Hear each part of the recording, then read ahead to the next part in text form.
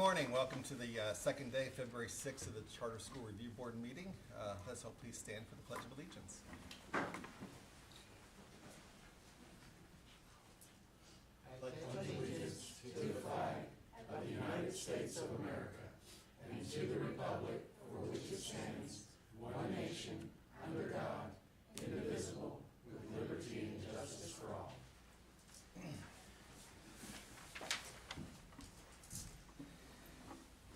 Reminder of our mission statement: the Charter Schools Review Board works to ensure the existence of high-quality charter schools in North Carolina.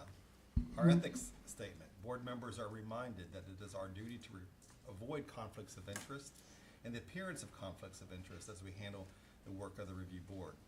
Does any member of the review board know of any conflict of interest or any appearance of conflict with respect to any matters coming before us at this meeting? If so, please state them for the record. Mr. Chair, I'm Mr. Hughes from ALA Charlotte, Gate City Charter, Summit Creek Academy, and Valor Prep. Very good. And Mr. Chair, I'll be recusing myself from the Valor Prep conversation and the Steel Creek Prep vote. Ashley, did you get all this captured? Okay. I think that's right. You could have breakfast somewhere. If during the course of the meeting you become aware of an actual or apparent conflict of interest, please bring the matter to the attention of the chair. It will then be your duty to abstain from participating in the discussion on the matter and from voting on the matter.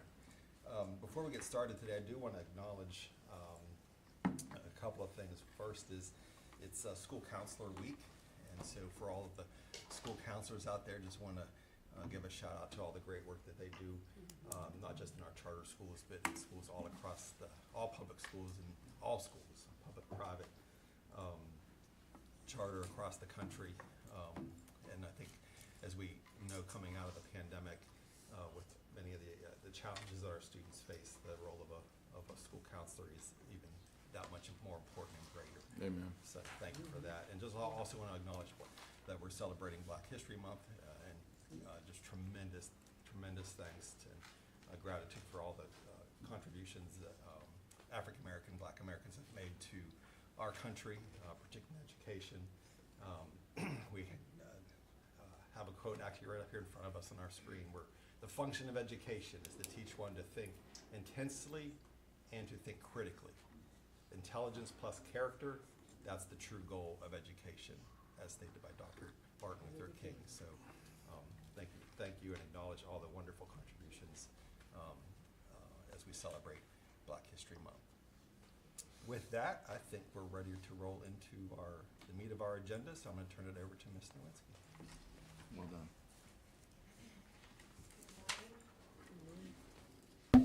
There we go. Good morning, Nikki Nowinski from the Office of Charter Schools.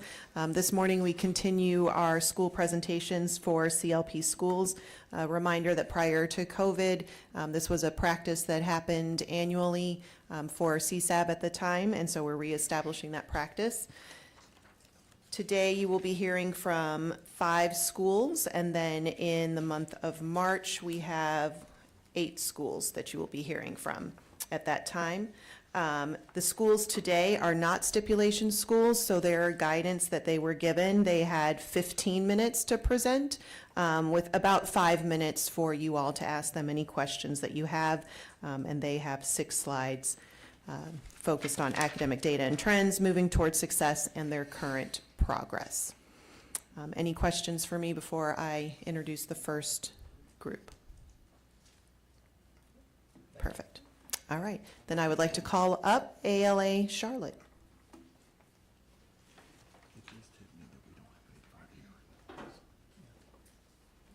Good morning, everyone. Good morning. I'm Siobhan Papa. I am the board chair of ALA Charlotte.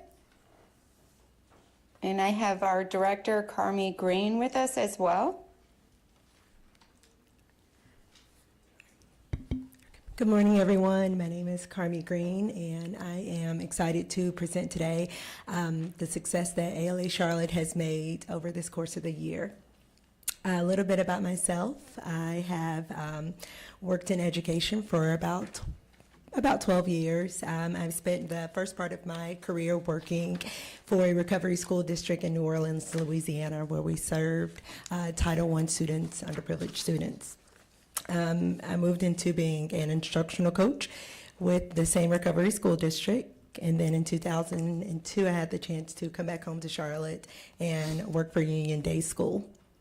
Then this past summer, I had the opportunity to accept a position with ALA Charlotte.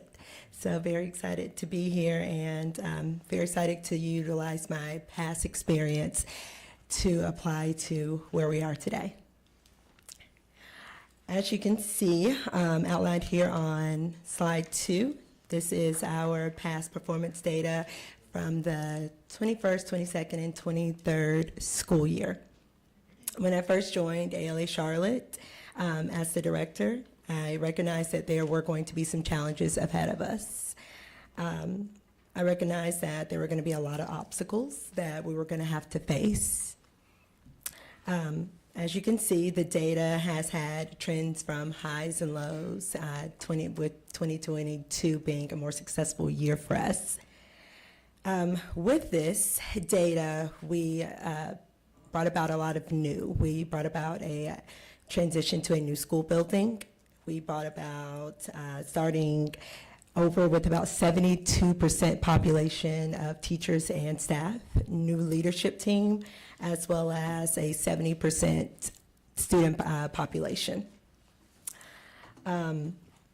With all of this new, we did have the chance to reestablish that student and adult culture within our building, and that was very important for us to bring that positivity back in place for our students. As a part of our, on the previous slide, yeah, sorry. Yeah. As a part of our school improvement plan, we selected 3 indicators this year that we really wanted to focus and to center around, being our first one, and our school improvement plan is also attached to this slide. The first indicator is A 2.04. Instructional teams will develop standard-aligned units of instruction for each subject and grade level. A 4.01, the school implements tiered instructional system that allows teachers to deliver evidence-based instructions aligned with individual needs of our students across all indicators. And another priority that we looked at as well, regularly, the LEA in school regularly looks at the school performance data and aggregated classroom observation data. And we utilize this tool called Creovia to make sure that our teachers are given the best educational experience to our students. With these guided priorities that we do have, we anchored our activities around this data. The first one being that we implemented a high-quality core instruction utilizing core knowledge for our reading and Eureka Math for our math. This curriculum has been ranked very high by Ed Reports, and it has a proven track record for success with our students. But for many of our teachers, as stated before, are new to ALA Charlotte, we have implemented a lot of rigorous training for them throughout the summer, as well as ongoing training throughout the school year with our academic team, myself, and our instructional coach. By implementing this, it does drive grade level rigorous activities for our students to participate in. It does drive achievement, and like I said before, we do utilize a 2-week summer training that focuses around this curriculum.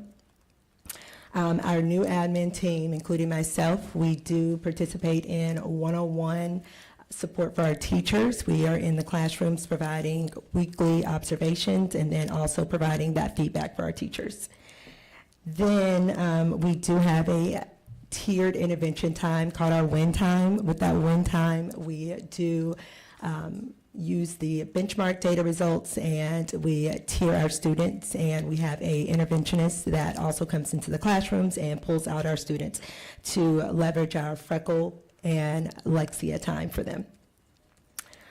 And then with the fall and winter benchmark, it does identify our lagging deficits that we have within our students, and this is where we utilize our PLCs each week with our instruction coach and myself, as well as us going into the classroom and coaching these teachers.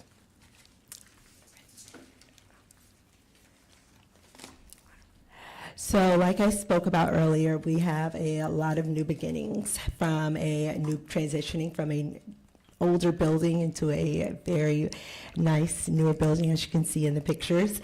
We have new staff, and we also have a new student body. So with that, we did have a chance to reestablish that positive culture within our building. We are working on continue to implement our raised values within our students, because we are raising leaders every day. So with those raised values, we implement a raised core value each week. And with that raised core value, if we see a student exemplifying that, we do hand out raised cards to show that we see your hard work that you're doing, and we want to recognize that. We also are investing in and supporting in our academic achievement approach as well. With the STAR Reading and Math Benchmark Assessment, we're still on this. Yeah. With the assessment platform that we do have, we use that data to support those students. With STAR Reading and Math, it is approved by NCDPI, and it is also related to our Read to Achieve.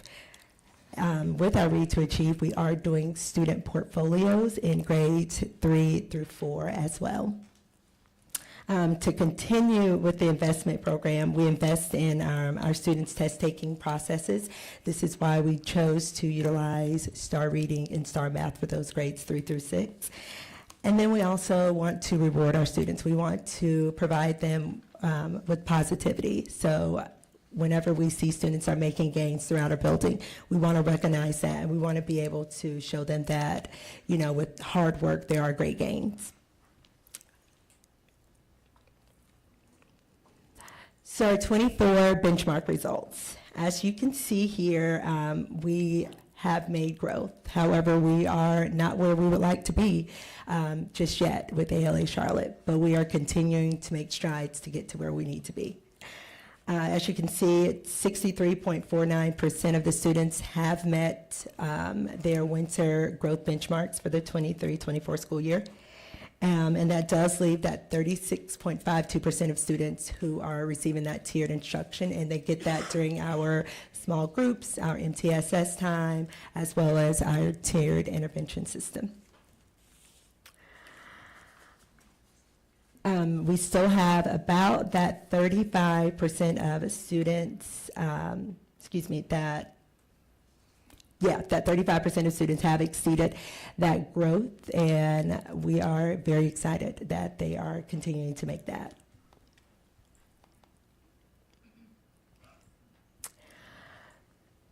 So here on slide 5, as you can see, like I said, we have not gotten to where we need to be. I own that. I knew coming into this position that there was going to be a lot of struggles. I knew there's going to be a lot of new for those students. As you can see here from our beginning of the year benchmark data, we were about 20%. However, we did have a 5% increase at middle of the year benchmark data. While this increase does put us at the 25% for reading and math combined, it doesn't put us exactly where we need to be by the end of the year. However, it does speak at a larger volume for us, in that we are making progress and we are taking the steps to get there. We also have about 33% of our students that are ranging from that level 2 to the level 3 proficiency in reading and math in the school year. And it's our goal to get there. I do believe that by the end of the school year, we will exceed that 40% benchmark growth and EOG growth. We are working very hard with our students every day to get there.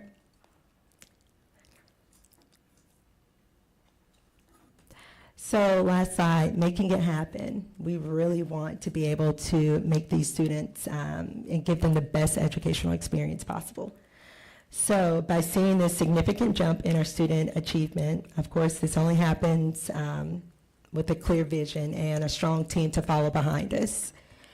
So to make sure that we are continuing our progress, we're continuing to leverage our student data and the development of our teachers each week. That's going in our classrooms, coaching those teachers, having those one-on-one conversations with them. We're also continuing to use our quality instruction of Alexia and Freckle, and as well as utilizing our small groups. And finally, our team is invested in a performance coach for reading, math, and science for our 5th grade level. And we find it very important that we are coaching those teachers as well as ourselves on how to use these books to be able to drive the results to where we need to be at by the end of the year. Thank you. Thank you. Questions or comments? How many students do you have right now? So right now, we are at about 121 students. And how many students did you retain once you relocated? Yes, so we retained about 35 students. Majority of your students now are new? Yes. How did your demographics compare to what you had at your old location to what you have now? Yes, so our demographics are pretty much similar. We are still at 100% free and reduced lunch, as well as that Black and brown population. We have about 96 Black students. We have about 24 Hispanics and 1 multiracial.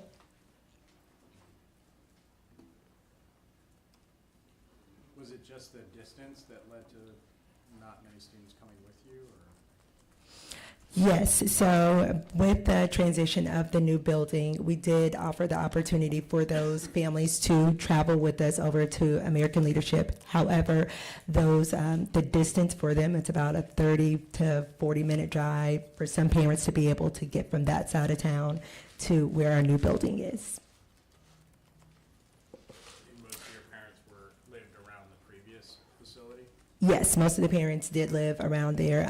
A lot of them felt that it would be better to put them in one of our sister schools, which was a little bit closer to them in case they needed to get to that, to their child throughout the day. Was there much staff turnover? So there was some staff turnover, and it was on my end. I felt that we needed to have a new perspective. We needed to have a new outlook on what the clear vision is for us at the end of the year. So I did have some staff turnover.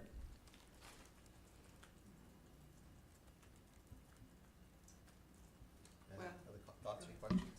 I just noted on your website that prior to COVID, you were at 59% and scoring a C. Mhm. I know the student population has adjusted and shifted and things are changing, but still, if you maintain those same methodology, curriculum practices and things, I believe you can get return to the kinds of levels the school was seeing before.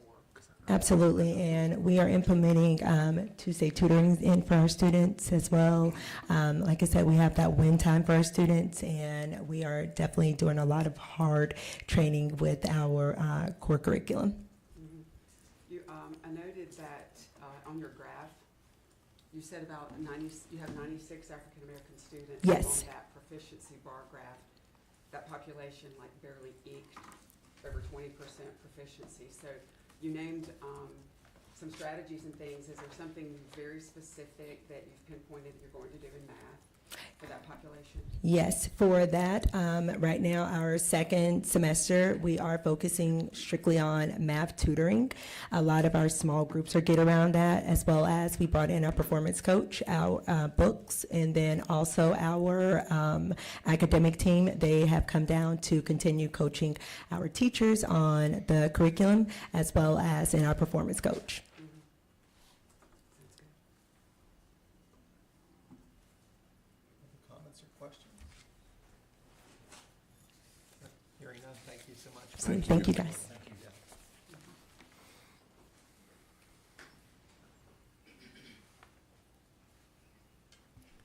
Okay, next school I'd like to call up is Classical Charter Schools of Wilmington.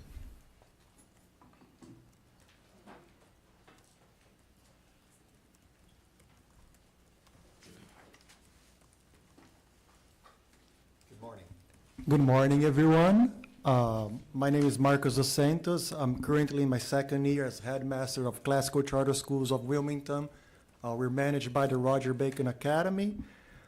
Today I'm accompanied by Mr. Mark Dudet, the Roger Bacon CFO, Ms. Jessica Lopez, she's the Dean of 4th and 8th grade ELA History and Latin, Ms. Ali Cosnens, she's the Dean of 3rd to 8th grade Math and Science, and Ms. Heather Greco, she's the Dean of Exceptional Children. And on our presentation, I know I've been here recently for the Charter Renewal, and I know a lot of you guys. I thought it was a new board. There was going to be a lot of difference, so I kind of wanted to start a little bit introducing our school before jumping on what are we doing to getting out of a low performance status. And touch in another point on slide 2 that I feel it was not touched also during our charter school, you know. So on slide 1, just introducing our school. We're a K-5 school located at the historic Peabody Building in downtown Wilmington, building from 1883. We are 100% CP, so all students get free breakfast, free lunch. We offer free transportation, and for extra school activities, we have a cheerleading team and a chess club team. 85% of our students are minority majority, primarily African American. One thing you can already see from the charter presentation on that slide is our enrollment went up. You know, last year, when I came to present, but it's a little hard. We were at 124, and this year we jumped to 142, which it is the highest number since 2017. So enrollment is on a good trajectory. Expectings for next year is looking good compared to the same point last year. So, you know, it's an area we're improving a lot. The building itself received a lot of improvements in 1 year. We did not only get safety grants, but we got a new Hanover County endowment grant from the sale of the hospital. So we have brand new HVAC units, ductwork, brand new playground. The whole building has been painted with a special ceiling property for the brick, you know, because it's old brick. So a lot of improvements in the whole school. So if we could please go to slide number 2. And this was something I did not touch during the charter renewal, and as you can see, it's part of our original charter application.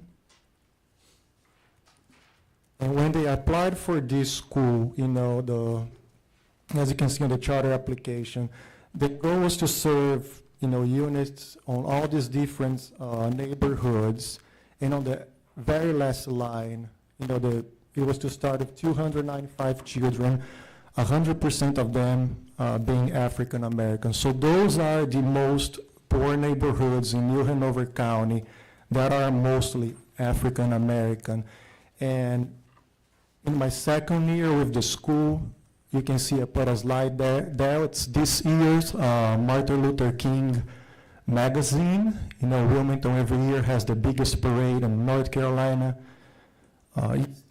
Eastern part, and at least in the last 2 years, we were the only school that actually sponsored the parade and all the events that the parade has. So, you know, when the Roger Bacon Academy decided to invest in that location, you know, they were committed to help the most people in need in New Hanover County and also support the community. Slide number 3, please. Coming to our curriculum, we teach classical curriculum, which is a mix of academics and virtues. The subjects that we teach are reading, grammar, math, history, science, cursive, spelling, Latin, and we have resources, computer lab, art, and music. One of the things that we do to for the low performance status. So every new students who enroll at CCS Wilmington before school starts, they receive a placement test to see where they are in reading and math. Following that, they are placed in an achievement level cohorts to ensure that the individual student needs are met. The students are assessed weekly and data is constantly analyzed to ensure students are in the right cohort. So for example, you can have a grade 1 student that goes to second grade just for math, but they are in a small cohort of 5 students for reading. One thing we improved from last year to this year, we added 3 more interventionists. So right now our average staff to student is 8 to 1. You know, we have 1 kinder, 1 first, 1 second, 1 fourth, 1 fifth, and each grade level has a main classroom teacher, a teacher assistant, and an interventionist. So it's 8 students by 1 teacher right now. You know, the school goal for this year was to leave low performance status and to reach 150 students. In the past 2 academic years, unfortunately, our school performance was 52 and 53. We were like right there. At the same time, this past school year, we met growth for reading and we exceeded growth for math, which the year before that, we only met growth in reading and math. So it was, you know, the performance score is a bit lower, but growth was better. And something else that I wanted to note. Another way that we're trying to prove to get out of low performance status was sending 2 leaders from the Roger Bacon Academy to attend the School Leader Development Program that is hosted by the Office of Charter Schools. And ideas and resources from those trainings are being compiled and shared amongst the school administration and all the instructional support staff. So we are hopeful that this school year it's going to be our breakthrough because we've been so close in the last 2 years. Slide number 4, please. Again, no, as much as we hate being low, trust guys, we hate being low performance status. We really do. You know, in overall proficiency, we also want to present some great things we're doing that align with our original charter mission and our subgroup's performance. So on that slide, you can see it's comparing our demographic with the LEA, which is New Hanover County. New Hanover County is blue, we are green. If you would add up the green numbers, you'll notice you're not gonna get to 100%. We do have a lot of families, you know, for demographics, they mark other. I know every student on my campus knows 140 kids. We definitely do not have Asians or Hawaiians. We are primarily African American. So that's just an analysis comparing us with New Hanover County. And on slide number 5, please. And this is our subgroup performance comparing with the county. Although I am not happy that I'm happy last year we exceeded growth in math. Growth was great, but if you see in 2 categories, we did lose to the county last year, and I was not happy about that. But if you really focus on our black student columns, which align with our original charter purpose, you know, I feel the numbers show that our performance has been good, and again, that is great, but overall as a school, we want to for sure not, you know, I'm a kind of perfectionist, so if I could, I want to be an A school, not just out of low performance status. So we're going to keep pushing to be the best that we can be in that aspect. And slide number 6, please. And this is updated data from this last school year. So those are the other neighborhood schools that have the similar demographics that we have in New Hanover County. And as you can see, we are the only school that had a positive growth index like school year, and we perform better than all the other schools. We usually, our enrollment numbers are going up, and I would say 9 out of 10 new kids we're getting, they are all transfers from these other schools. So there's also that constant battle. They are not retaining kids. I'm just being honest with you. Sometimes we're getting kids that were absent 75% of school year, way behind academic, and they're just being promoted. So we have that battle of getting new third and fourth graders that don't even know how to read and things like that, and we are doing our best to push growth. So, but we still want to serve these kids no matter what, because we believe it's great and better than our neighbors. And again, we're using new strategies from the Office of Charter Schools to help our low performance, and we really try to cater to that individual student meet where they're at and keep pushing them, and having just extra personnel to make sure we can make that happen properly. And that's all that I had. Thank you. Thank you very much. Questions or comments from members?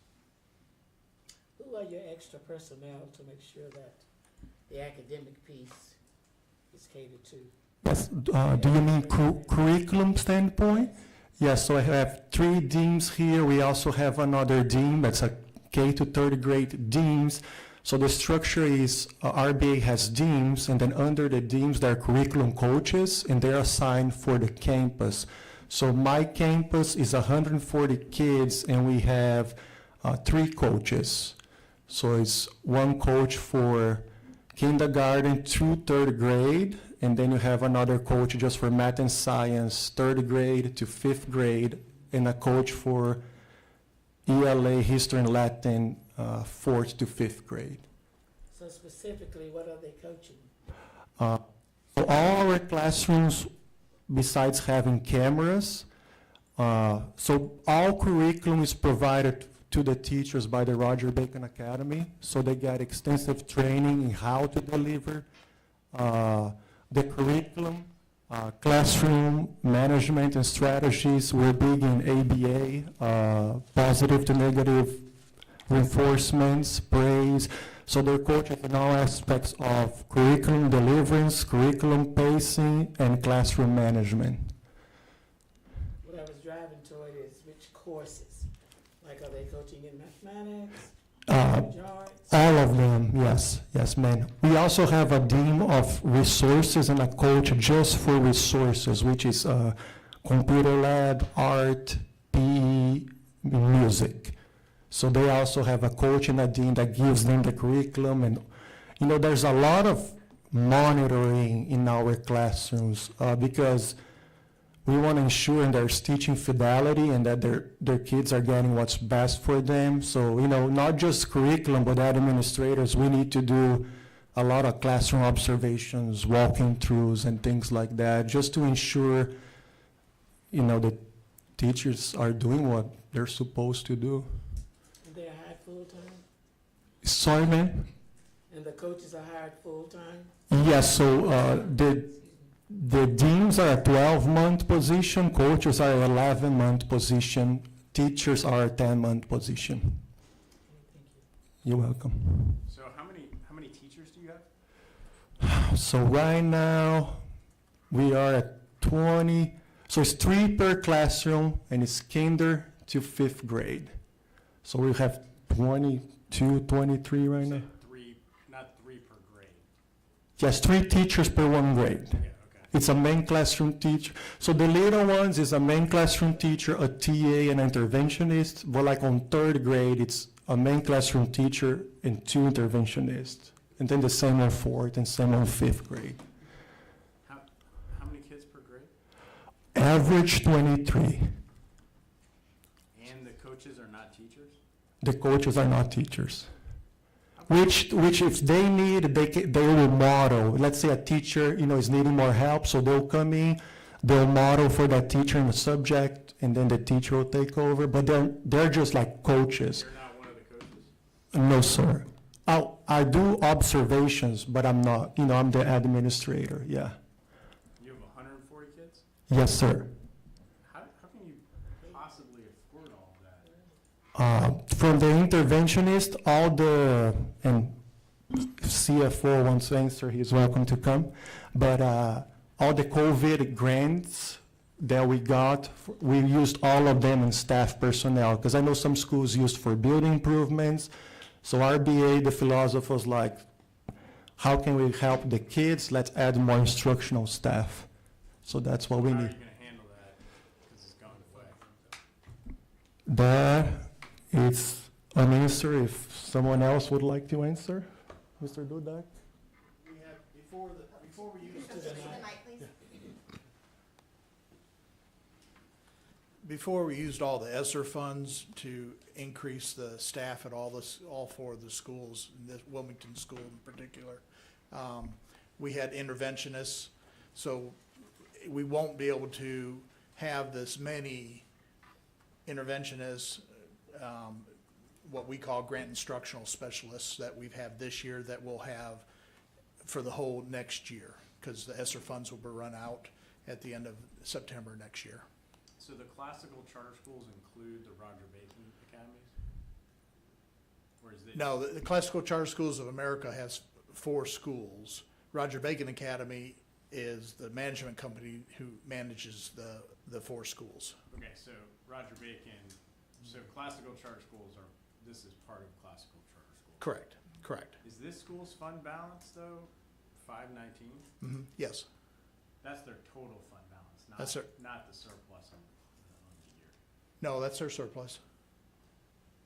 So you put $519,000, not your annual surplus, that's your total. That's total year, yeah, life to date. What is the building, how many kids can fit in that building? The building consists of 2 wings. Back in 2013-14, we remodeled the 1 wing, and in that wing, we can hold 180 students, with, 30, with the number of students and teachers that we set it up for. The plan was, as we grew that, we remodeled the other wing to expand so that we could get up to the 260 max or whatever we were gonna get to. So you could fit 260? Yeah, if we did the whole other wing, we can get over 250. Is that the plan? Yes, the plan is, and we applied just recently with the New Hanover County Endowment Fund that they had to do an expansion, to do the remodel on that wing. We did not receive any of the grant money from that. So right now, we're waiting to build the enrollment up before we do that. But yes, that is definitely the plan. Do you have any theories on why the enrollment is so low? I'm sorry. What are your theories on just why the numbers are so low? The student enrollment, Yeah. Marcus can answer that, I guess, but we've had a tough time in that area. We do offer transportation and food, but a lot of the parents in that area have not been as receptive to our new school as what we had planned them to be. I mean, that's, we just have not had that opportunity to build our enrollment because of that. Yeah. I'm pretty familiar with that area where your school's located. Mm-hmm. Is the housing prices, are they continuing to, like In are they the downtown area? Yeah, Yes, continue to go up. it's Mhm. almost More. impossible for someone to live there unless you're making an incredible amount of money. Well, one thing that's not particularly fair, one thing that, the reason why we've made so much money is because the Roger Bacon Academy has donated almost all of their management fee back to the school. Yeah, So it's not, you know, it's the reason why they have that surplus is because the Roger Bacon Academy has waived their fee in most years. yeah, okay. Do you think some of that, some of your lower enrollment is affected by the fact that you're year-round?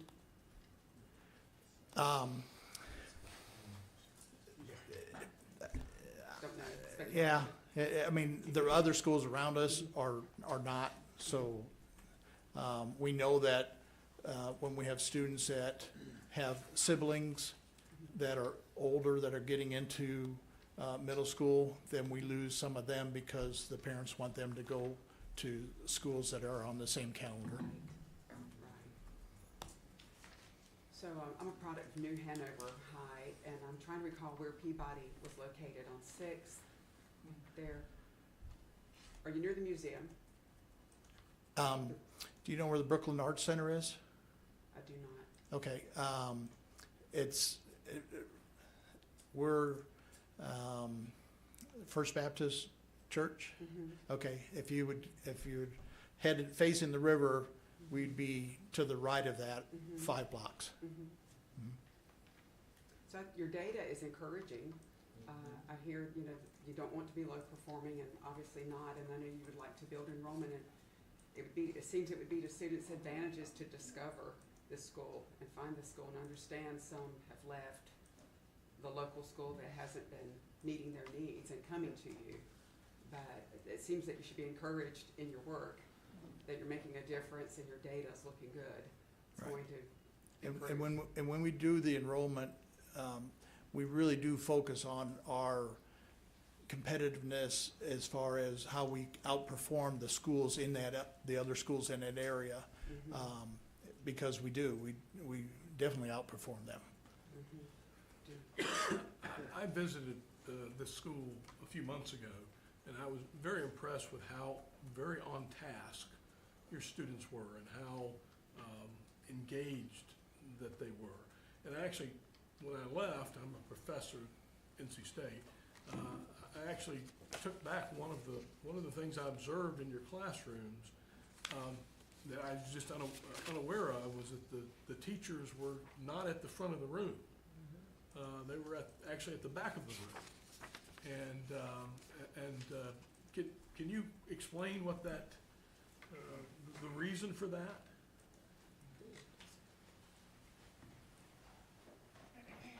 Yes, you know, because we used to have projectors, now we have 75 inches TV, and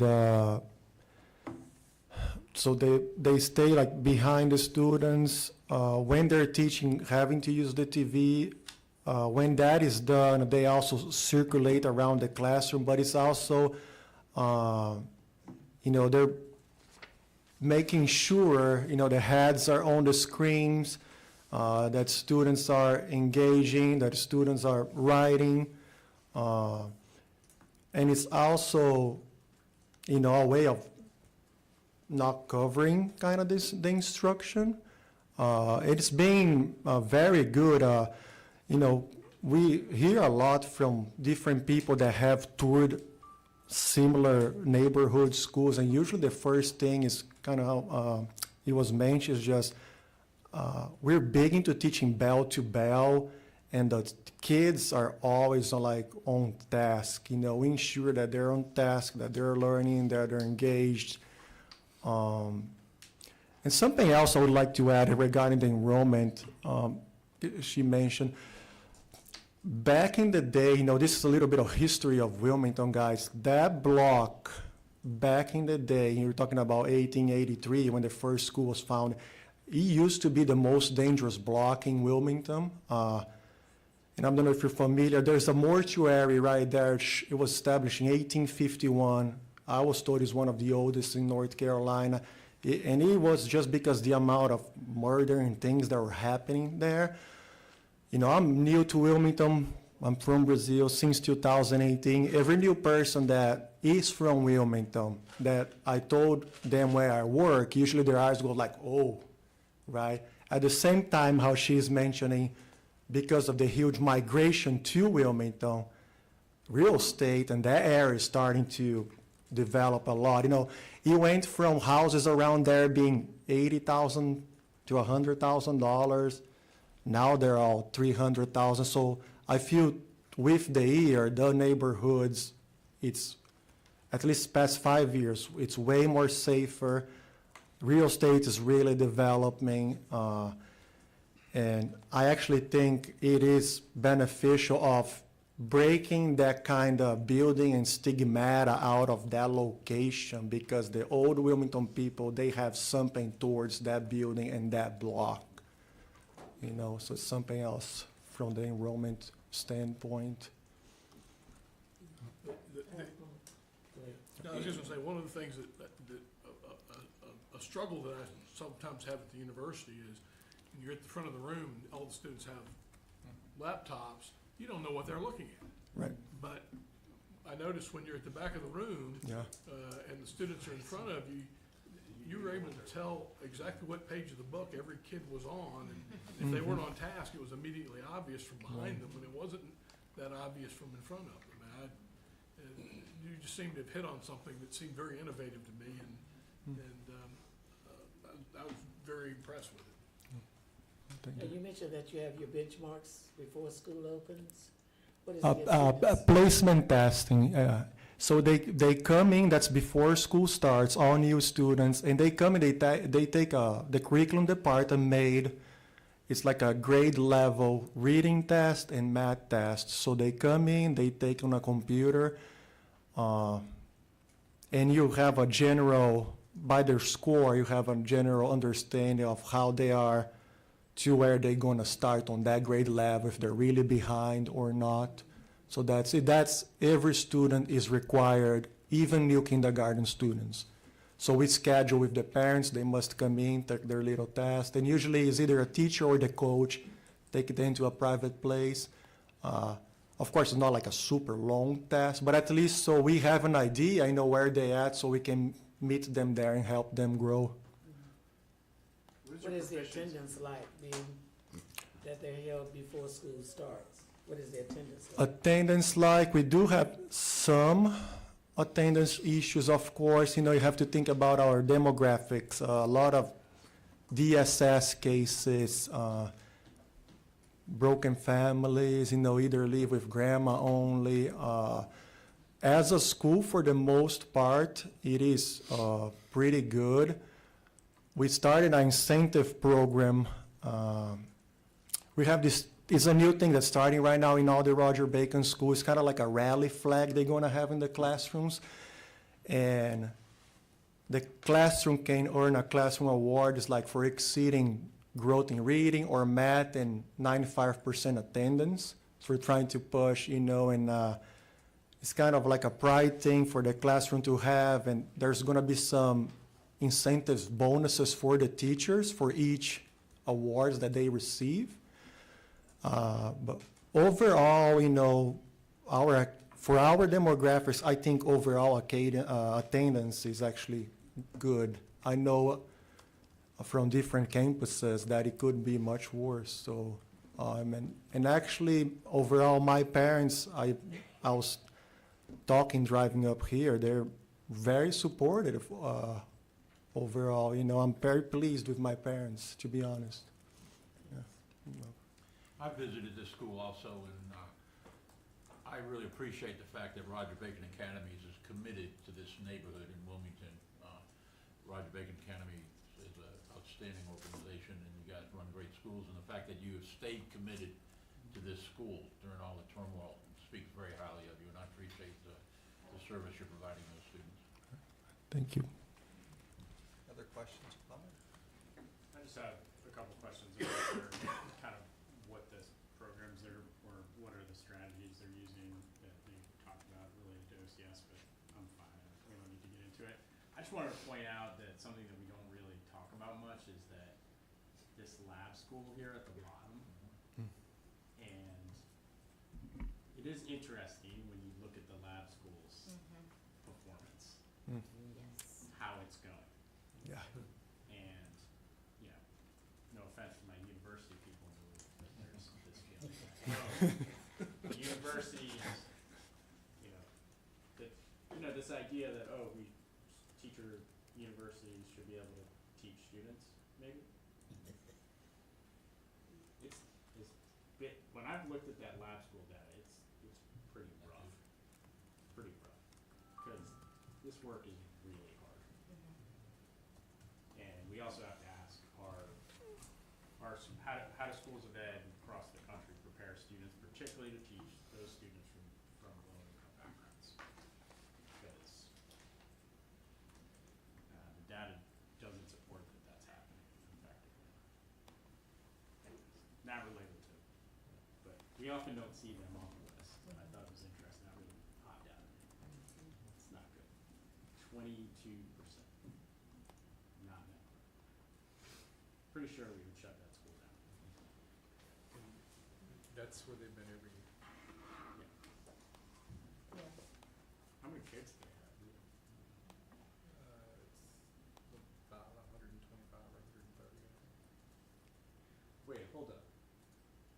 That school is in single digits on reading and math? Oh my gosh. The lab school data is interesting, and it does not get much attention, certainly not as much attention as charter school data gets. Yeah, we need to, let's put that out there. But You just did. they were meant to be innovated by. I mean, I'm all for innovation. I think it's a great idea. Yeah. I just think it's really difficult to do well. We need to say that and mean it. It's proof. Thank you for your time this morning. Thank you, everyone. Presentation. Yep.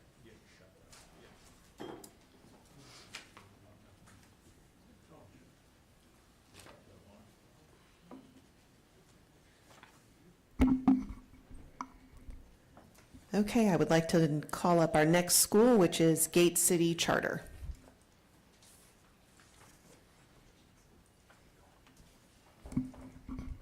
Good morning. My name is Lori Hill. I am a regional director for National Heritage Academies here in North Carolina. I support 7 of our schools, including Gate City Charter and Summit Creek Charter. I work directly with the principal to provide support for day-to-day operations. And today for Gate City, I have with me our principal, Dr. Natasha Robertson, who will be doing our presentation.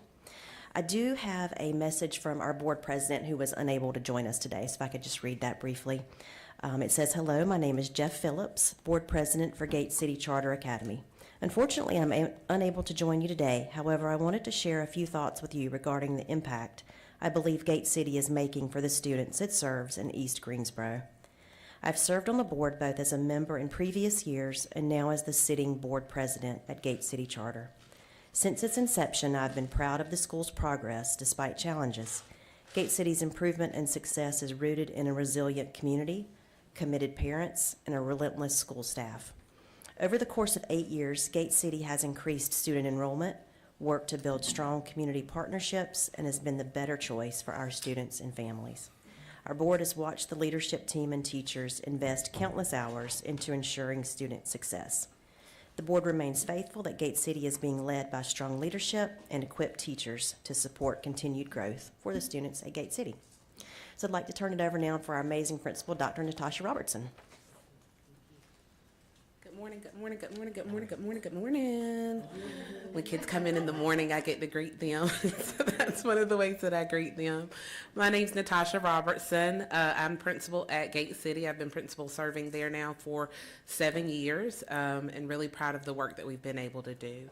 And so today, I'm excited to share a few things with you around some of our progresses, our opportunities, and the action steps that we're taking to continue forward movement.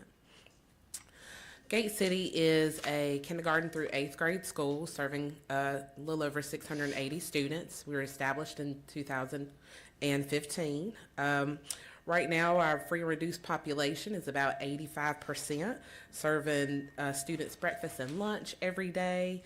Our IEPs account for 12% of our school population, students that are being served under IEPs, and then our EL students is about 10% of our population. When we look at our full school demographic, one of the things that is a standout in regards to the diversity at Gate City is the increase in our Hispanic population year over year.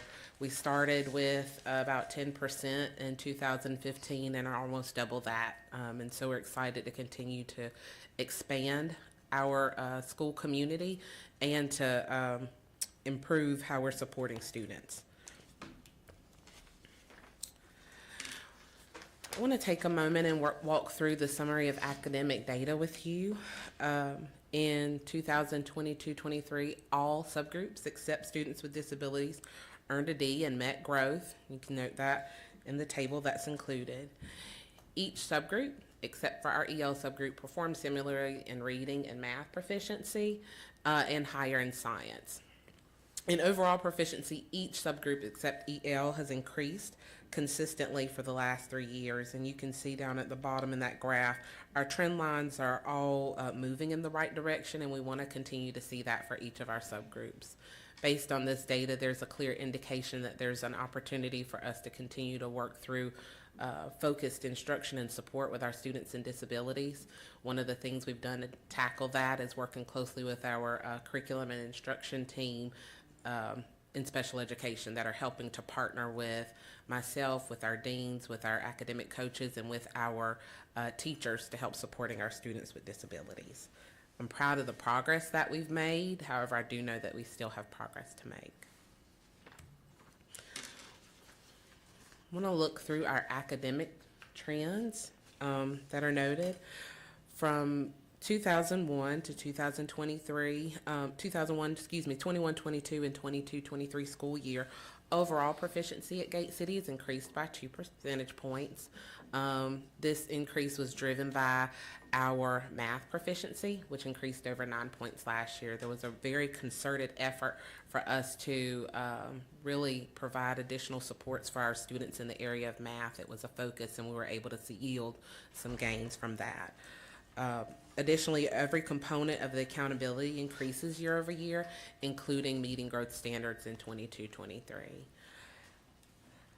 Even with the overall increases, Gate City is still identified as a low-performing school, earning a D and not exceeding growth. One of the trends we do know that we are seeing, though, is that the table that's on the screen there for you is that when we look at ourselves compared to our closest schools, a trend that we are seeing is that we continue to outperform those closest schools in each grade area with the exception of 7th grade.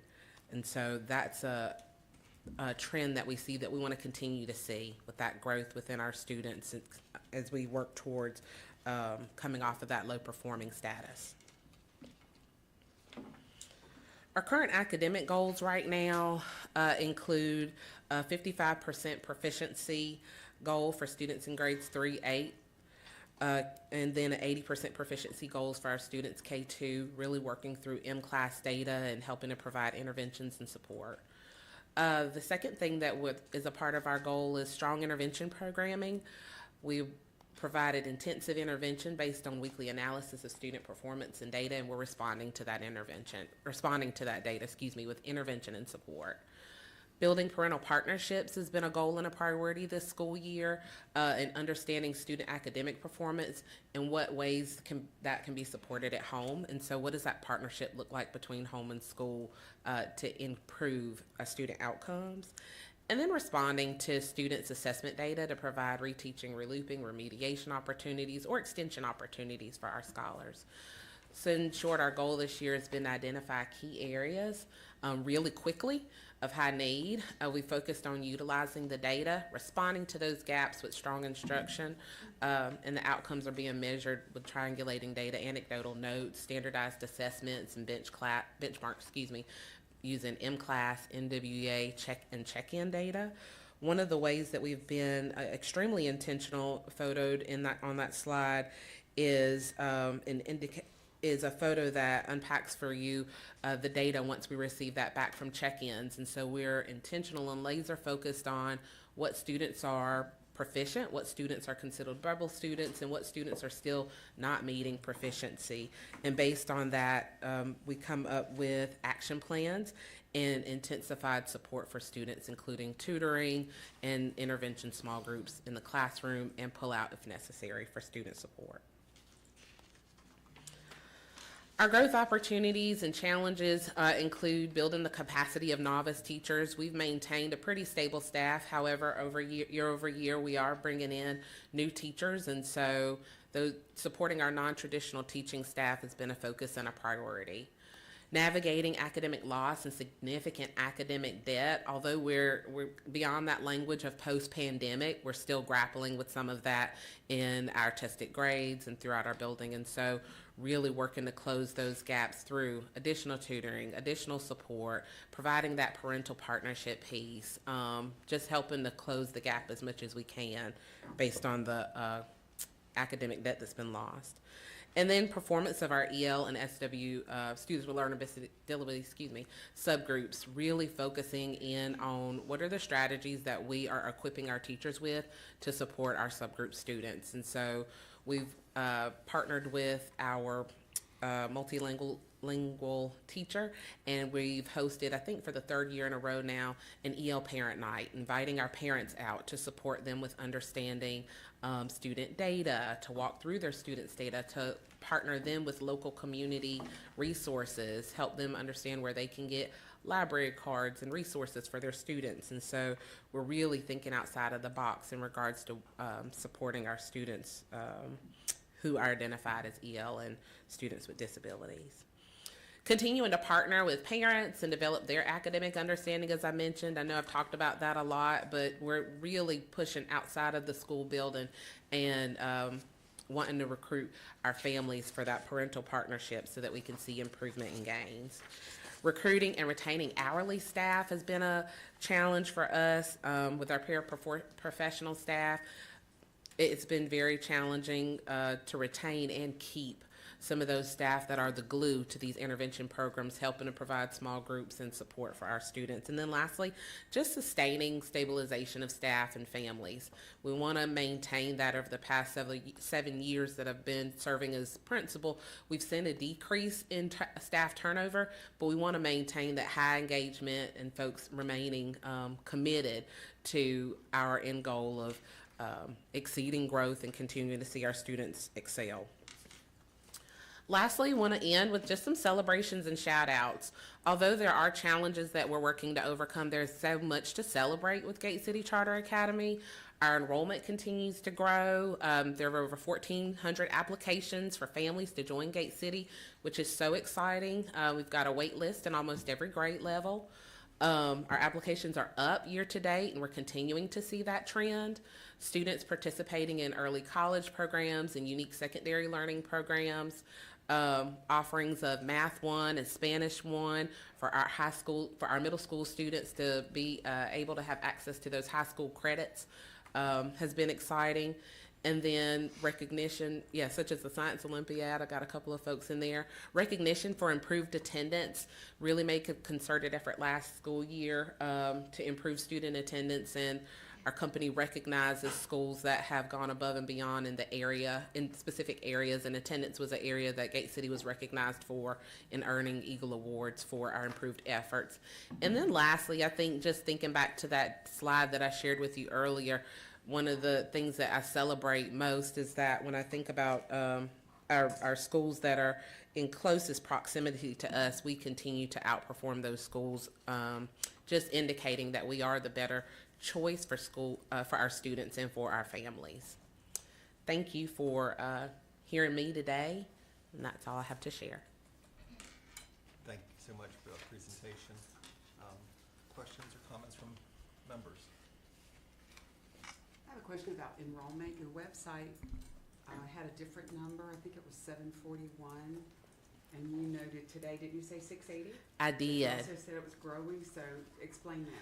Yeah, so we started the school year. That's probably where that start number. We do have somewhat of a transient population, and so we've lost some students throughout the school year. And so the number that you see posted likely is the number that we started with at the top of the school year, and had some change where families move, make different decisions. But our current standing is 683 students. Okay, and you don't provide transportation? We don't, no. But I'm thankful we've got families that line up in our drive line every single day that make it happen. Students, Yeah. and they all got there. Yeah. If you have 1,400 applicants, how many students are you accepting every year? Every single year, we bring in a fresh wave of kindergartners, which is 100 students, and then whatever additional open seats there are throughout the You school. said you had a wait list at almost every grade level. How do you not have a wait list at every grade level with 1,400 applications? Those applications are, we didn't have a wait list in 7th grade. We didn't have was it almost every? We did. That was sorry. What's the retention? What's your retention number? Our student retention number, we're retaining, I want to say we're retaining about 75 to 80% of our families. You have a sister school that's a Blue Ribbon School, correct? We do have a sister school that's a Blue Ribbon School. How much collaboration do you have with that school? Yeah, I'm thankful for our team partners. We meet regularly, working very closely along school lines. We meet routinely, have principal PLCs. Yeah, there's tons of collaboration that takes place, brainstorming, talking about major things that align across each school. So there's a monthly touch point of some collaboration that's taking place. Thank you. Thank you so much. Thank you. Why don't we take a quick, let's do a 10-minute break and come back at 10:20. I don't know why these guys are asking for, are you considering them for a 10-year? No. I mean, I'm just saying that they're, I'm looking at their, No, this is, and then they're, I mean, they want to go down to the suburbs and talk, they have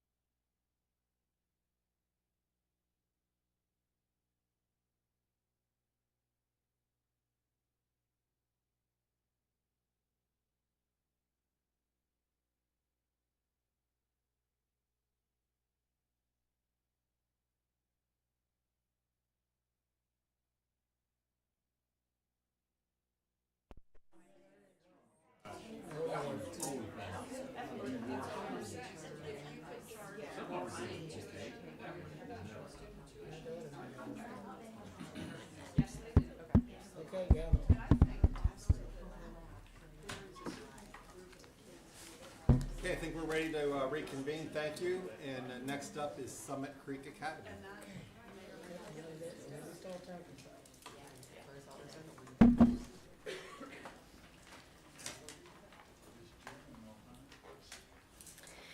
All right.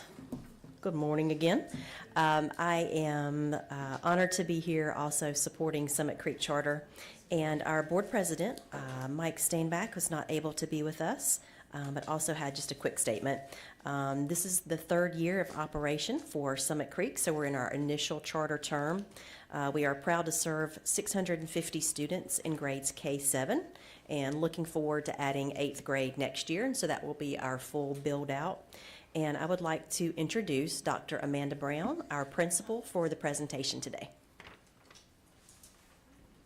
Good morning, Amanda. Good morning, Madam President. How are you? All right, how are you? I'm doing well. Good morning to everyone. My name is Amanda Brown, principal at Summit Creek Academy. I have been in education for 17 years and been with National Heritage Academies for 10. Summit Creek was founded in 2021. Today, I present to you not only as a principal, but as a proud parent of 2 Summit Creek Academy scholars. Summit Creek sits in Brown Summit, North Carolina. We pull from 7 counties across the state. Our scholars are able to participate in free breakfast and lunch through the CP program.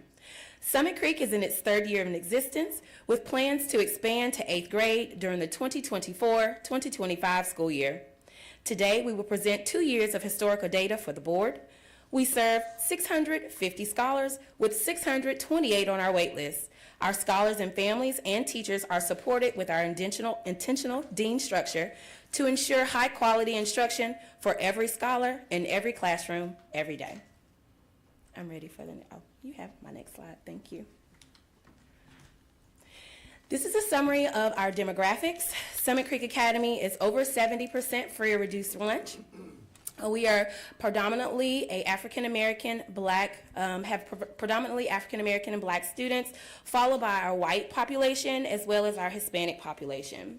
Typically, you would see 10% of a population in a school that serves students with IEPs. Our current number is 15.8%, serving 104 scholars with IEPs in kindergarten through 7th grade.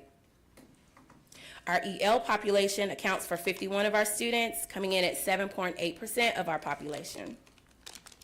I'm ready for the next slide. Thank you so much. This shows the contrast between 2021 and 2022, our data. I'd like to draw your attention to the number 1. We started out at 47 with our performance grade. The following year, we were able to raise that to a 49. The academic growth score in the first year was a 76. The second year is at 80.3. Both years we were able to meet growth. However, we know we have work to do. However, we are currently outperforming our closest schools, including Brightwood Elementary, Guilford Preparatory Academy, Madison Elementary, Rankin Elementary, and Ronald E. McNair Elementary. Thank you. Next is our academic data and trend summary. If you can see the graph, I'm not sure how well you can see it up there, but the gray bars is a compilation of our 2021-2022 data. The blue bar shows our 2022-2023 data, and as you can see, we were able to grow each cohort with the exception of 4th grade reading and 5th grade math, and we do know that the EVAS supports that data in knowing that we had some wrong passengers on the bus and maybe some wrong passengers in the wrong seats. So this year we've done a great job partnering with our NHA curriculum team and making sure that all of our teachers are well supported at each of our monthly curriculum visits, which include mathematics, reading, social studies, and science visits. Continue our academic and data trend summary. In 2022-2023, all subgroups except for students with disabilities earned a D and met growth. Each subgroup had a higher proficiency in reading and math, as shown in the chart on the top. When you see the chart on the bottom, the subgroup trends continue to increase, and you can see a positive growth each year, year 1 and year 2. So what are our goals for this year during the 2023-2024 academic school year? Summit Creek Academy will reach an overall 50% proficiency in reading, math, and science for 2023-2024, and an overall 55% proficiency in reading, math, and science during the 2024-2025 school year. Our goal is to exceed growth overall with each, and especially in each targeted subgroup, including students with disabilities, economically disadvantaged students, as well as our EL students. We're also working to decrease our chronic absenteeism by 10% in the year of 2023-2024 school year. How are we going to do this? Our plan was to start fast, sustain momentum, and finish strong. We started our summer learning program with our scholars. We did a summer learning program with our scholars. We also planned and prepped a summer learning program for our teachers that included lesson preparation and content development with them throughout the summer so they could hit the ground running on day one. We did backwards planning and pacing with instructional calendars. Our EC and intervention caseloads began on the first day of school. Our standards-based bracket tutoring began within the first 4 weeks of school. What are we doing now to sustain that momentum? We're continually partnershiping with NHA curriculum team for monthly support of deans and our teachers. We're monitoring intervention in reading and math. We're ongoing weekly response to data cycle, scholar conferencing and data tracking to build ownership and buy-in from our families and our scholars. We're systematizing progress monitoring through MClass, AIMSweb, Bridges Intervention, as well as NWEA. We're also continuing standards-based bracket tutoring, and we're adjusting those groups every 4 weeks. And most importantly, we'd love to continue to recruit and retain our highly qualified staff. Our plan is to indeed finish strong with continuing our response to data cycle, an EOG prep plan to include all stakeholders, staff, scholars, and our parents, and bubble scholar boosting, which we'll talk about on the next slide. This is our current progress. Summit Creek Academy currently has 754 available tests for mastery in our building. We know that to reach our goal of 50% proficient, Summit Creek Academy needs 377 proficient tests. With our first check-in, we have high confidence in 280 of those tests, leaving us 97 proficient tests from our goal. We have identified 103 bubble students in our building, which we are working with diligently through tutoring, after-school programming, as well as small group instruction in the classroom. Some of our other progress include, in 2021-2022, Summit Creek Academy had 1,597 applications. In 2022-2023, we increased that to 1,666 applications. Currently, for the school year 2023-2024, Summit Creek Academy has 1,727 applications. We have 650 scholars enrolled, and we do plan to expand to eighth grade scholars during the 2024-2025 school year. We have decreased our chronic absenteeism by 7%. We've also decreased our attrition from 10% from year one. That does account, we do say that we started over a little bit in year two. We had 17% attrition. 17% of our scholars were at Summit Creek Academy and decided to leave, leaving us last year starting over with a new set of scholars. We worked diligently to build relationships with those parents, get our name out there in the community, have more parent events, and we also started our very own Parent Champion Network. Right now, our students are involved in research-based learning strategies through our NHA-based curriculum. One of the things I'm most proud of is our dedicated staff. We are on a roll. We only have one staff vacancy, and that is 4th grade science and social studies. As you can see in the chart below, you can see monthly we continue to work on our chronic absenteeism. The only month that we did not reach that goal was the month of August, but we've worked diligently to keep that down September through January. And that is all I have. I am ready for questions. Thank you very much. You're welcome. Questions, comments? How are you working on the chronic absenteeism? Yes, so this is our first year that we've had 2 social workers on staff. We have split the alphabet A through M and then through Z Both of them take those, we pull the report each week, and they make those phone calls every single week. We also have what we call ACAP meetings, attendance corrective action plans. Those meetings are scheduled for me, and I sit in each and every one. We talk about what are some boundaries that you have, like what are some things that are keeping you from coming to school? How can we help? What are some things that we can do to incentivize your scholar to come to school? And so I think that that has made great strides with letting parents know, hey, we really care about your scholar. You're more than just a number here at Summit Creek. You are a Cougar, and we want your scholar to grow and learn with us for the next nine years.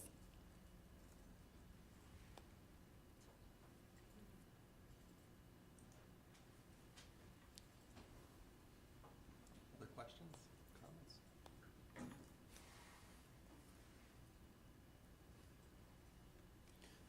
I've got a question just about the grading scale.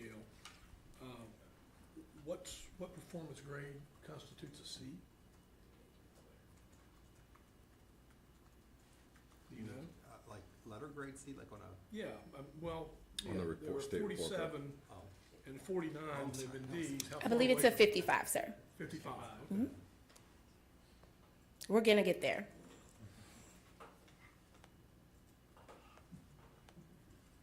Hearing none, thank you for your time. Awesome, thank you so much. I think we have one more. Okay, and we have our last one for today. I'd like to call up Valor Prep.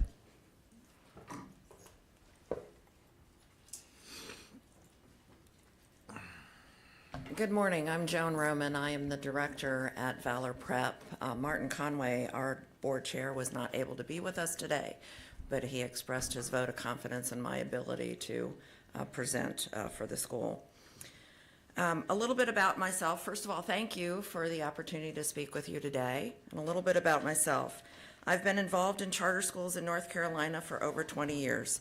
I taught elementary and middle school, was a math coach, completed my principal internship in a high school, and have been the founding director of 3 charter schools in the greater Charlotte area prior to taking on this role. In addition to leading schools, I have served as the director of compliance for 2 different charter management organizations, as well as the director of grants, assisting several North Carolina charters in applying for and managing grant funds. Our story at Valor Prep Academy is one of transformation. Cabarrus Charter Academy is now Valor Preparatory Academy. For the first 18 weeks of the year, we have had a deliberate and intentional focus on climate and culture and establishing an effective learning environment. We consider this to be a brand new school. We have an all-new leadership team. 61% of our instructional staff is new to Valor Prep. And in light of the declining enrollment, Cabarrus Charter K-12 had been consolidated into one building.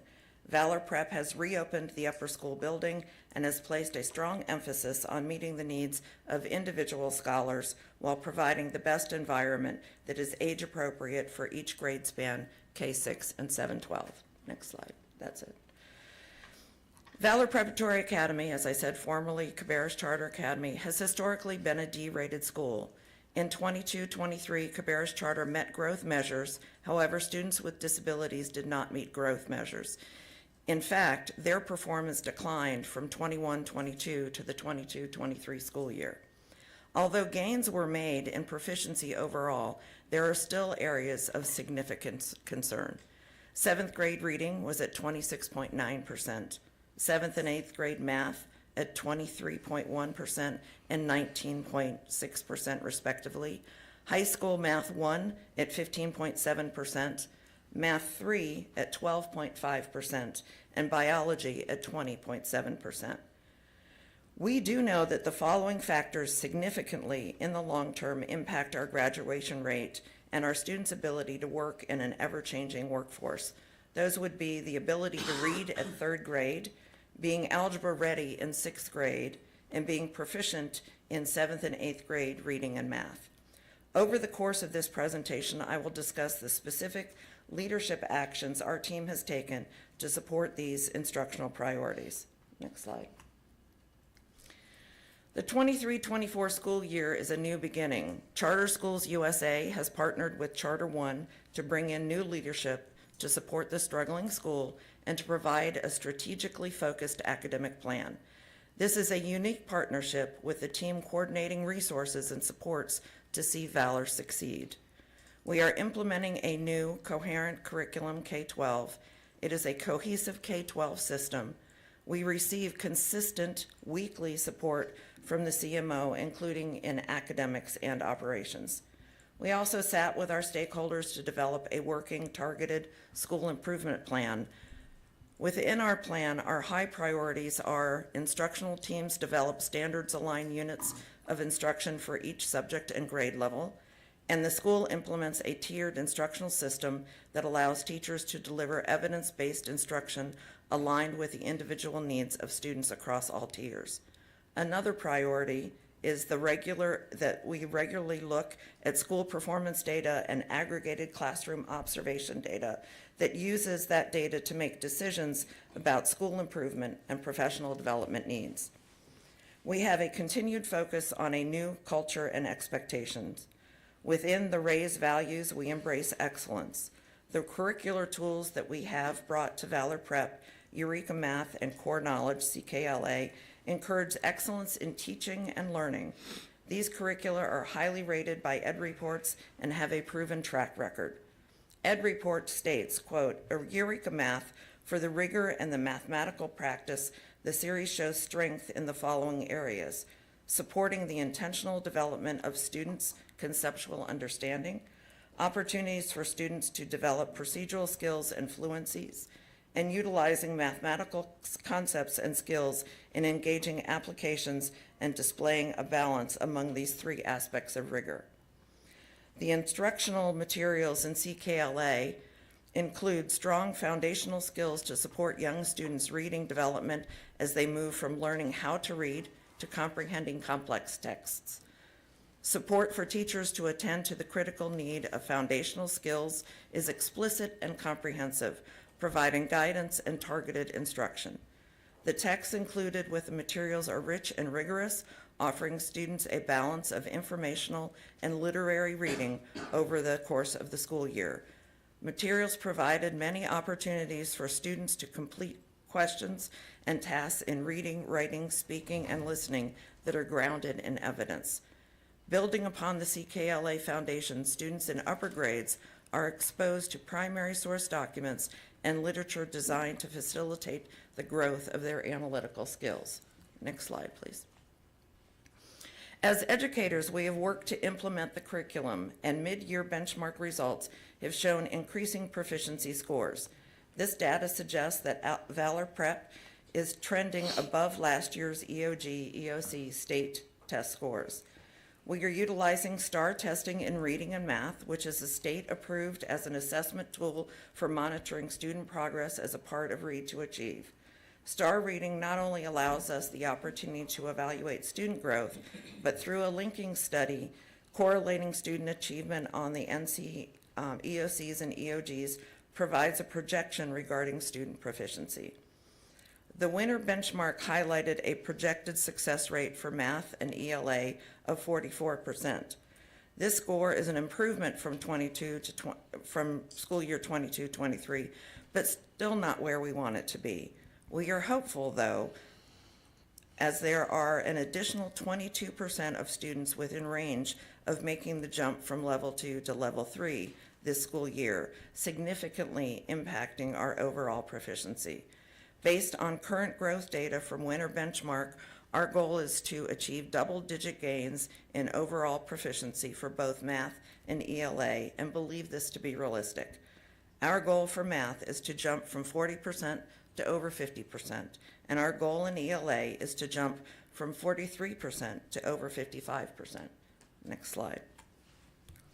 I was once told that your initial primary focus in establishing a new school must be climate, culture, and expectations. Then your next big move is to data-driven instruction and intellectual preparation and delivery. Our focus on building a culture of learning has been established through observation and feedback. To provide confidence in giving meaningful feedback and coaching, our entire leadership team has committed to the transformative leadership program offered through the Office of Charter Schools funded through the NC Access Grant and facilitated by Alex Quigley. Through this, we have been afforded the opportunity to learn from successful leaders in the state and to visit high-performing charter schools. Within this program, we have focused on the importance of observation and timely instructional feedback. Hearing from Kim Marshall and visiting Durham Charter Academy and Sally B. Howard, we were able to gain further insight into best practices, with leaders implementing just-in-time instruction, appropriate interventions as needed, and impactful coaching and feedback, and then to apply those to the work we are doing at Valor Preparatory Academy. Observation and timely feedback is critical to ensuring we are attending to the needs of our scholars. By December 15th, we had conducted 3 formal observations of each teacher and will complete a minimum of 2 more by the end of the year. In addition, we are committed to being in every classroom every day. It is a part of our walkthrough expectations. And beginning in the second quarter, we established our O3 program. We divided our teachers over the instructional leadership team, aligning each teacher to the instructional leader's area of content expertise. Every week, each teacher has a hard-scheduled O3 or one-on-one coaching and feedback meeting with their assigned instructional leader. The expectation is that weekly, we have completed a walkthrough or informal observation and then meet to provide timely feedback through discussion, coaching, and modeling.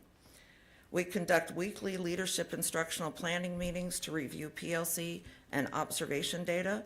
We hold weekly PLCs focused on data analysis, instructional planning, and needed adjustments. As mentioned earlier, we have realized mid-year increasing proficiency scores and recognize the opportunity for substantially more in both math and ELA. 59% of Valor students met or exceeded their winter growth benchmarks on the STAR assessments.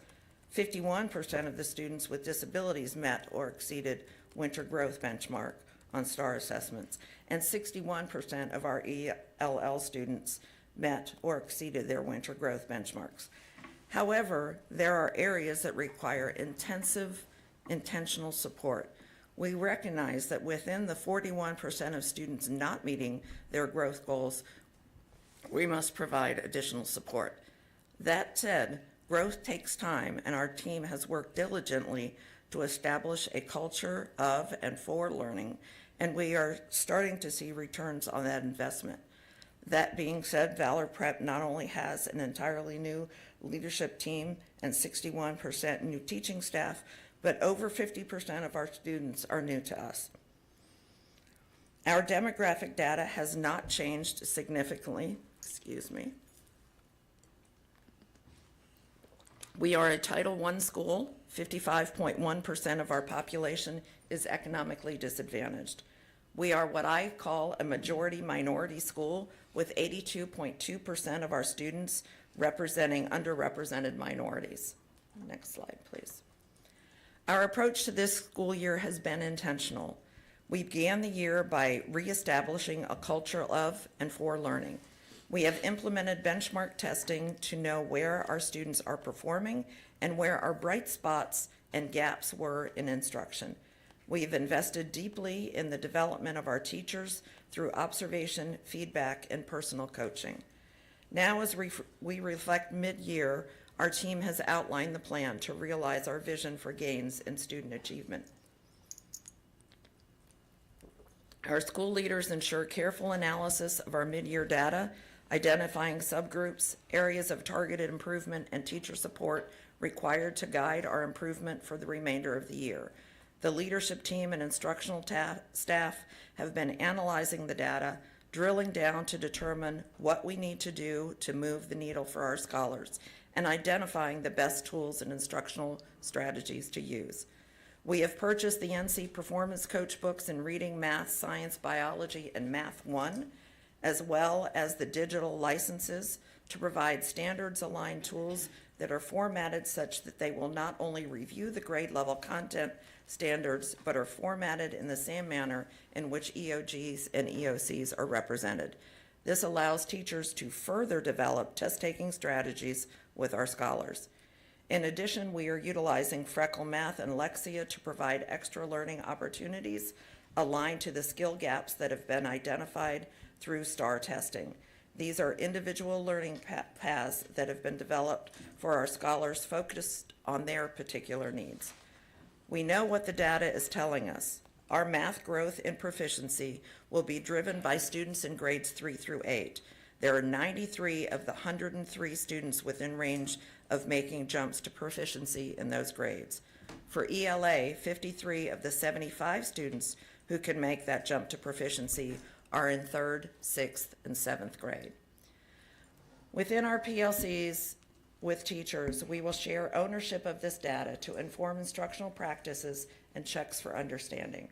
We will focus on the collective growth of our student body while simultaneously personalizing remediation and acceleration to help our students make the jump to proficiency. Thank you for your time and review, and I'll open it up for questions. Thank you very much. And we have a couple of recusals. Any questions or comments from board members? Go ahead. How many students do you have? We have 774 students today. And projecting out to next fall, and I realize it's too early to do that, how's that process going?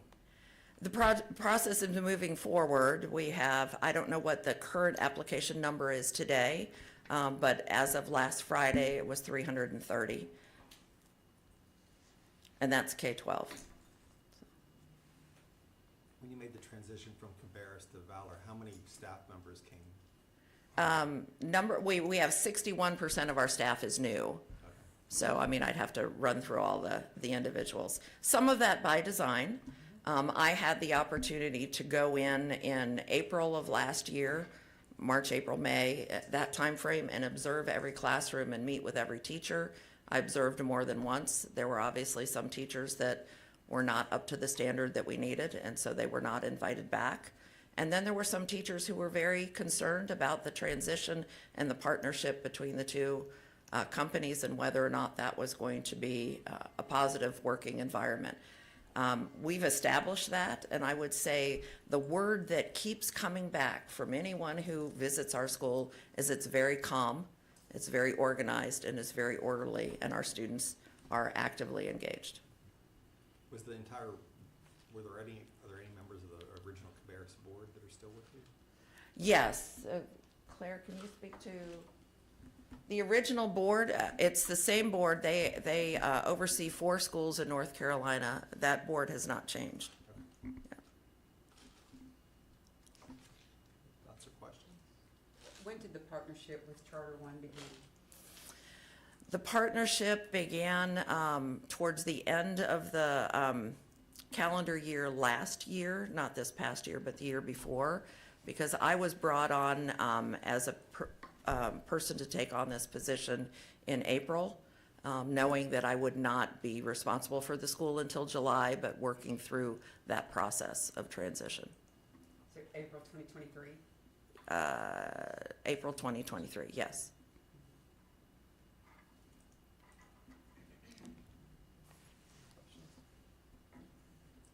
Thank you for your time. You're welcome.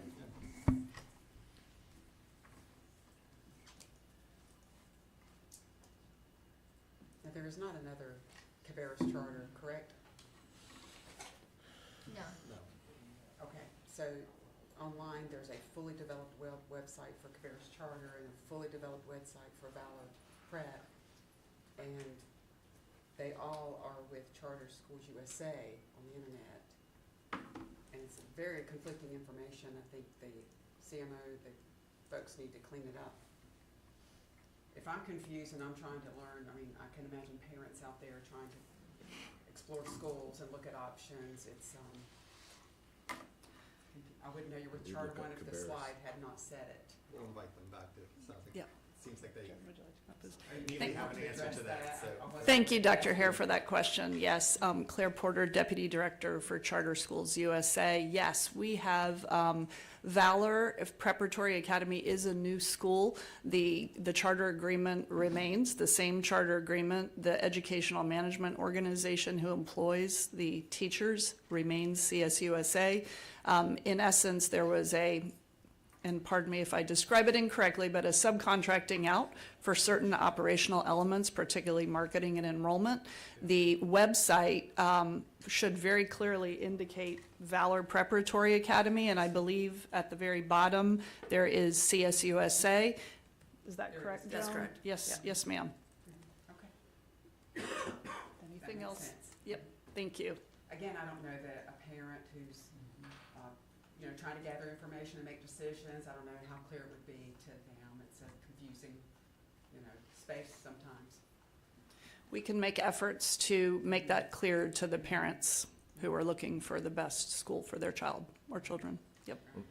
And I will say that when we do building tours or I do information sessions, that is always at the forefront of the presentation in speaking about the partnership, but that this is a Charter Schools USA school, and that they are subcontracting basically with Charter One.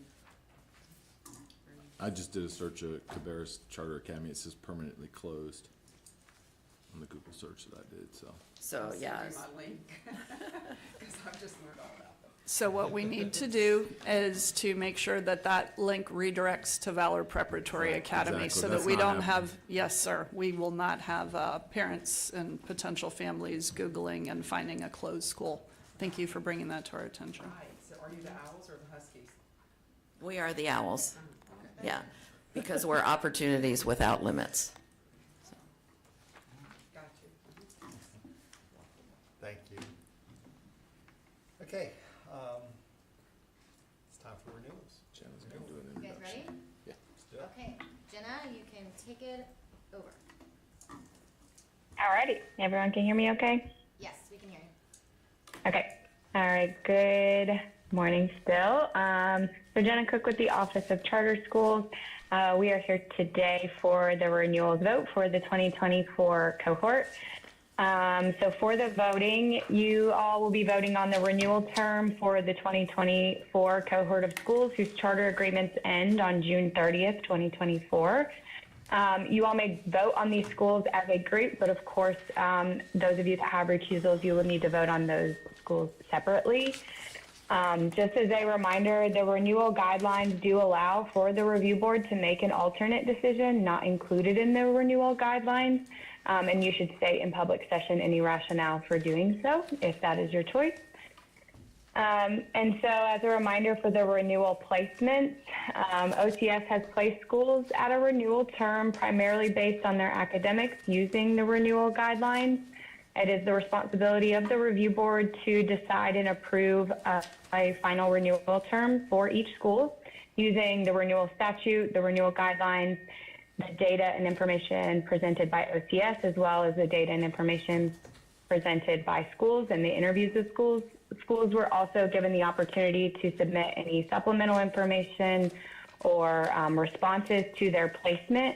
You all have been given those materials, and they have also been posted to eBoard as well if you would like to review those. And so here is the statute that guides the renewal of charters that states that you shall review the operation of each school prior to the expiration of their charter. And if the conditions set forth under the 10-year do not apply, then you may renew the charter for a period of less than 10 years. If they do apply, then you shall renew for a period of 10 years. And then underneath is the causes for non-renewal or termination. So the review board may terminate, not renew, or seek applicants to assume a charter if they meet any of on the following grounds. So failure to meet requirements for student performance, failure to meet generally accepted standards of fiscal management, violations of the law, material violations of the charter. 2/3 of the faculty and instructional support personnel request the charter be terminated or not renewed, or other good cause identified. The next few slides are a summary of the renewal guidelines, but as a reminder, they are a guideline to use to determine renewal recommendations. You may make an alternate decision, and any renewal of the charter can be revoked at any time according to State Board Policy 010. And then the review board does reserve the right to add stipulations to any renewal period. And then the renewal guidelines are listed for you to reference while you vote. And then additionally, if additional factors that could affect renewal would be any persistent patterns of issues or unresponsiveness, feedback from site visits, declining or increasing ADM, and a pattern of high or low student or staff attrition. So with that, we will start with the voting. We will start with the 10-year placements. So there are 3 schools that meet the 10-year statutory renewal. Those schools are News Charter School, Sugar Creek Charter, and Community School of Davidson. And with that, I will pause here if you all would like to vote or discuss the 10-year school. So while Bruce is out, I'll go ahead and push us forward with this part of it. We've also been given language when making the recommendations for how to proceed with each school. So at this time, do we have any discussion on the 10-year renewals? We really have a choice, right? Not really. Okay. No, this is mandated by legislation, so. Does anybody want to make a motion for this? I'll move. I'll second. All right, so we have a motion and a second. Any discussion? Okay, not hearing any, Ashley? All right, let me see who we have online. Let's make sure for the record we state the motion. Yeah. Right, as my This is a motion for, to recommend News Charter School, Sugar Creek Charter, and Community School of Davidson receive a 10-year renewal term starting July 1st, 2024. All right. Bart Danielson. Aye. Hilda Parlay. approves. Rita Hare. Aye. Bruce Friend. Aye. John Eldridge. Aye. Dave Machado. Aye. Todd Godby. Aye. Alex Quigley. And I do not see anyone online. If you are online, go ahead and let me know.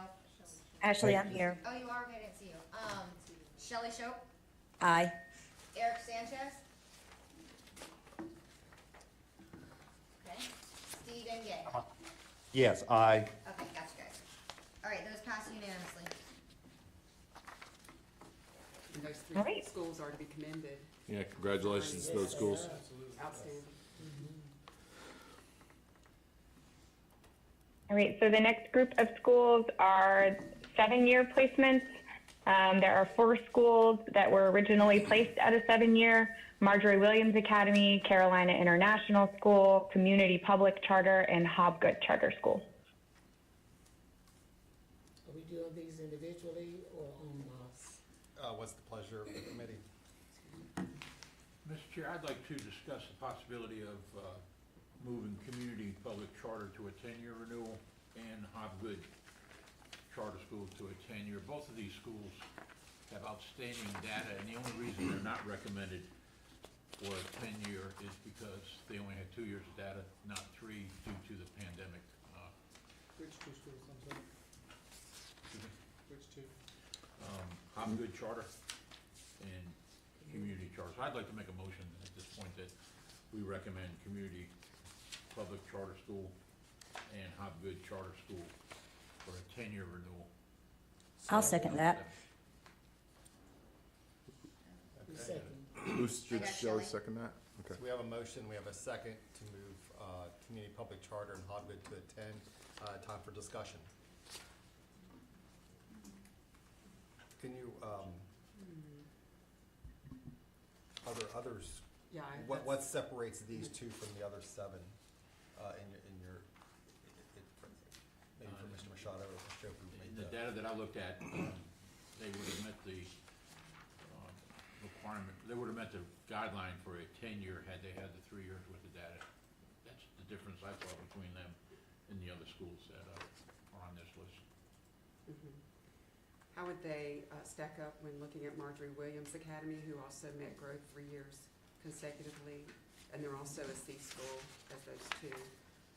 The distinguishing thing would be they were 3 points below their LEA. Yeah, but in 1819, Marjorie Williams was 21 below. In what year? 1819? It's right here. You mean 2019? No. Yeah. What- 2018, 2019. Oh, okay, The thank you. GLP comparability was negative 21. Okay. Which is a gap, So- but they've really closed that gap 3 years. significantly. Yeah. Yeah. And they're 5 points ahead on the ED population. I think they requested a 10-year, and I was actually open to a 10-year for that academy based on the group's feedback. But I hear what you're saying about 3 years ago. So they were compared 2 out of the 3 years. Pardon? They were comparable 2 out of the 3. There's also a note here that there's financial noncompliance cautionary, July 2022. Does that, That was based on their low ADM. This is, Okay. yeah, Mhm. that, would that keep them out of tenure? well, it wouldn't, so the way the 10-year statute reads is that if a school meets certain requirements and you shall give it a 10-year, it doesn't necessarily read that you can't give a 10-year otherwise. Well, the tenure also says that, like for Marjorie Williams, that academic outcomes for the immediately preceding 3 years have been comparable to the academic outcomes. And like you were saying, 2018-19, they're at 21% off. So that's 2 out of the 3, which Yeah, and obviously is last why year- they're in the 7. Last year they were CLP as well. Well, but when they were off, it wasn't within the last 3 years, correct? No, it is. Right. It It's is. farther back than it is? 2018, 2019, 21%. There was no testing and, Right, so there's missing data in the last 3 Right. years, but this was back before the last 3 years, correct? yeah, but, Yes, because there was no data in. yeah, same with the other school, to argue the other school. 1920. So last year, community was low performing, but not this year. They removed from that status this year. They exceeded growth this most recent year.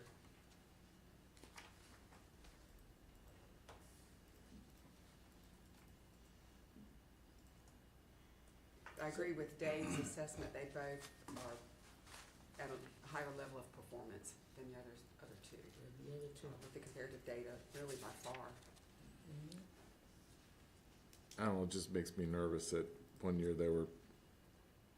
that community public charter was low performing, and then Hobgood had not met their first year, and, they've only got 1 year to where they changed that, so I don't know. Consistency, SB only had 2 years to be able to show what you have. That's true, and those two also opened in 2019, so they opened prior to the pandemic, and then they went through the pandemic, and so they're It's really so bad. still coming out and recovering. They're doing well, but And then the fourth 7 years, Carolina International, they've met or exceeded growth each of the last 3 years, but they've been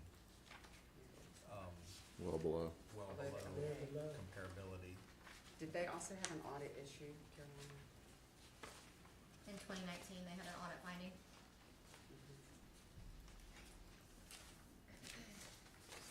What was that finding? Do you have that?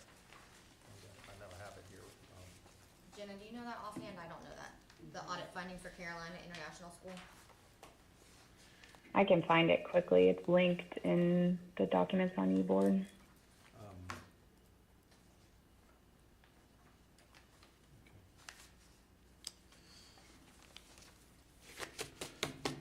So It was there were 2 findings. there were financial reporting process material weakness and an accrual identification material weakness.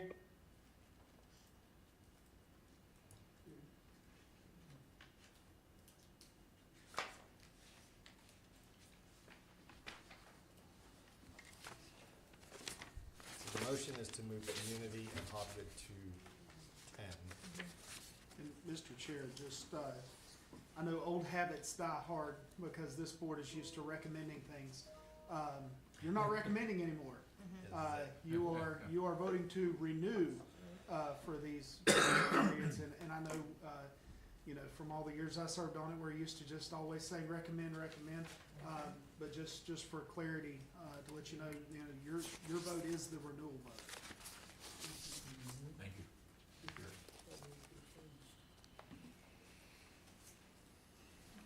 So shall he Any repeat further, his any motion? further discussion on the motion?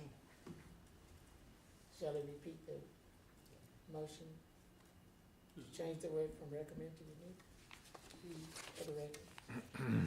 I move that we, that community school, community public school, and Hopgood Charter School be giving a 10-year renewal. Second.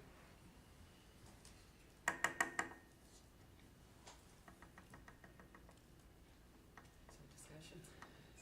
Discussion on the revised motion. So it's tough because, as John was pointing out, there's limited data.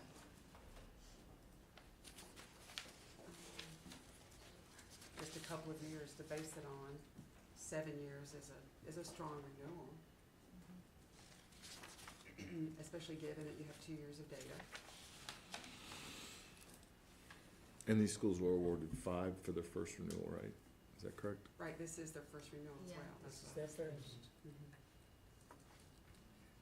The other schools were in the same boat. I guess what I'm not clear on as I'm considering this motion is back to the Marjorie Williams Academy then. Why would they not be also being considered for 10 years? I know that, yes, they had a pretty far comparability metric back in 2018, 2019, but that is beyond the 3-year term that we have for the 10-year renewal. And they've met growth. I mean, it is a little confusing. I mean, so the two schools that we're talking about, community charter and Hopgood charter, they opened in 19, which is why they have no data in the 18-19 category, whereas Marjorie is a much older school, and so they had data in the 18-19 category, but it did not last 3 years. That's Pardon me? correct. Marjorie? Yes, but let me pause for Oh, Bruce. we got multiple Clear as conversations mud. going on. Two out of the past 3 years, Bruce, 2 of the past 3 years, they were continually low performing. Marjorie I was. think that Marjorie. is a preventive indicator there. Marjorie was. Yes, They were also flagged last, 2 of the last 3. well, they were also flagged by, I think at the financial, the School of Business, I believe, flagged them last month. Is that correct, Ashley? Yeah, that was in the Read it, it's not- presentation. It's not really 2 of the last 3, because but it's- 18-19 is not I'm 2 of the gonna- last 3. Try to rein this in a little bit. Alex. I mean, I would It just is say, the- like, Alex, It please. is our comparative data. It's for Marjorie Williams. I mean, 7 years is a long time. It's a Bottom long line. time, 7 years. I mean, that's, 20, 30 years. Like, you got plenty of time. It's like, 10 years should be like the absolute gold standard. That's that should be like Ms. Harris. it's probably too long anyways. Everybody should be no more than 7, Let's talk Sorry. I I disagree mean, with it's that. a long time. It's a long time. I disagree with that. Dr. Hare? Strike that from the minutes. Did I say I had a comment? Oh, you were, I'm sorry. No, my reply to that myself would in be, trouble. I tend to agree with Alex on that. If you look at our 3 10-year renewals, they're just a cut above Sweetie Blaine in and, performance. yeah, It did everything And they were supposed to have done. the past years are not the same. I I tend to would- keep these two in the 7-year also. We have a I motion, would- all right? Yeah, I'm gonna let, Mark. Yeah, I would push back on that. I don't disagree that the three that we've already voted on are a gold standard, but the fact that schools are near perfection shouldn't penalize schools who are just really good. And so frankly, there's a cost, not only to the schools of having to go through this process, you know, and they should be examined periodically, but their costs. And as we have more charter schools, the cost of monitoring every one of them increases on this board and on the staff as well. So when there's not a problem, I would tend to err on the side of giving a longer renewal, because we can always re-examine that. We're allowed, if a problem arises, to reconsider at a future date, but you can't reconsider if you've already made the decision. Yeah, but they didn't meet the standards of the 10-year. The facts are facts. They don't meet the standard that would require us to vote them for 10 years, but we are allowed to. But here's the other thing, as you begin to examine this and rationalize, I guess, or come to believe that these schools could merit the next level up, this will continue. So when we look at the 5, we'll say, well, there could be a 7, you look at 3, there could be a 5, and pretty soon we're not following the guidelines at all, but just bumping schools to different categories. We need to sort of, as closely as possible, have a standard. And I think that 10-year standard is really strong, and that these schools would probably be served well to be a 7-year renewal. Mr. Quigley? What is the staff recommendation is 7 years? Yes. Yeah, two things. One, 7 years seems like long enough to secure debt and financing for a facility project, which I think is one of the most important aspects of this. 7 years seems like it gets harder at 5, much harder at 3. And I really feel like with 7-10s, like we should go with the staff recommendation and put all our energy into these 3 years and less, because it's that 80-20 rule. 20% of schools take up 80% of the time. And I'm in favor of, frankly, closing more schools so that we cull the bottom of the sector, and the other schools, because those small percent of the schools take a lot of the staff time. It's not actually the 7-year schools or the 5-year schools. It's the 3 and below. I'm gonna give, I wanna make sure the folks that are online have a chance to weigh in. I don't know if you've been trying to make any comments. Is there any board members online that would like to make a comment during this discussion period? Yeah. Bruce, this is Steve Gay. Looking at this, we can rationalize all we want to, but like community charter and Hobgood, the only thing that keeps them from being a 10-year renewal is not having data that the state couldn't provide. So I understand that. So where the other ones, we do have some past data. You look at the 3 years, so I just think we need to call that, the question's been called. I think we need to vote. And I also see Alex's point that, following the staff's recommendation. But I can't support what Dave's motion for those 2 schools though, based on the only reason is because data is not available. Steve and I agree. That was exactly my point as well. The only thing holding them back, they had no control over, because there is no data from that year. Is there any way to give them the 7 and bring them back and make it a 10 once they have another year's worth of data? Or is that too complicated? Just give them a 10? I think that's certainly within our purview to do that. Can we give them a 10 and reconsider if the next year of data is insufficient? We're always capable of changing the rule. I wouldn't do that. That's not setting. Taking away is a lot harder than giving. I think that would create a lot of. Not having data is just the consequence of when they opened, and all of society was impacted by the pandemic, and it's something they have to deal with and work through as part of the challenge. And we've said that along with how students have lost learning. Everyone's recovering, and this is part of the recovery, and I don't think we just overlook that. So these schools are gonna have long COVID here. They're gonna continue to suffer for years. They're moving beyond Don't it forget by 2031. until it actually comes. I'd like to, can you guys hear me? Eric, please. Yeah, Eric has I the floor. just want to double down on the fact that 7 years is not a penalty. I think we're really labeling it and characterizing it like the worst thing in the world. And I think the point Rita made about when it's just going to keep coming up as we go down, that, oh, this has happened, or they didn't have data this year, this should go up to a 7, this should go from a 5 to a 7 or 3, whatever.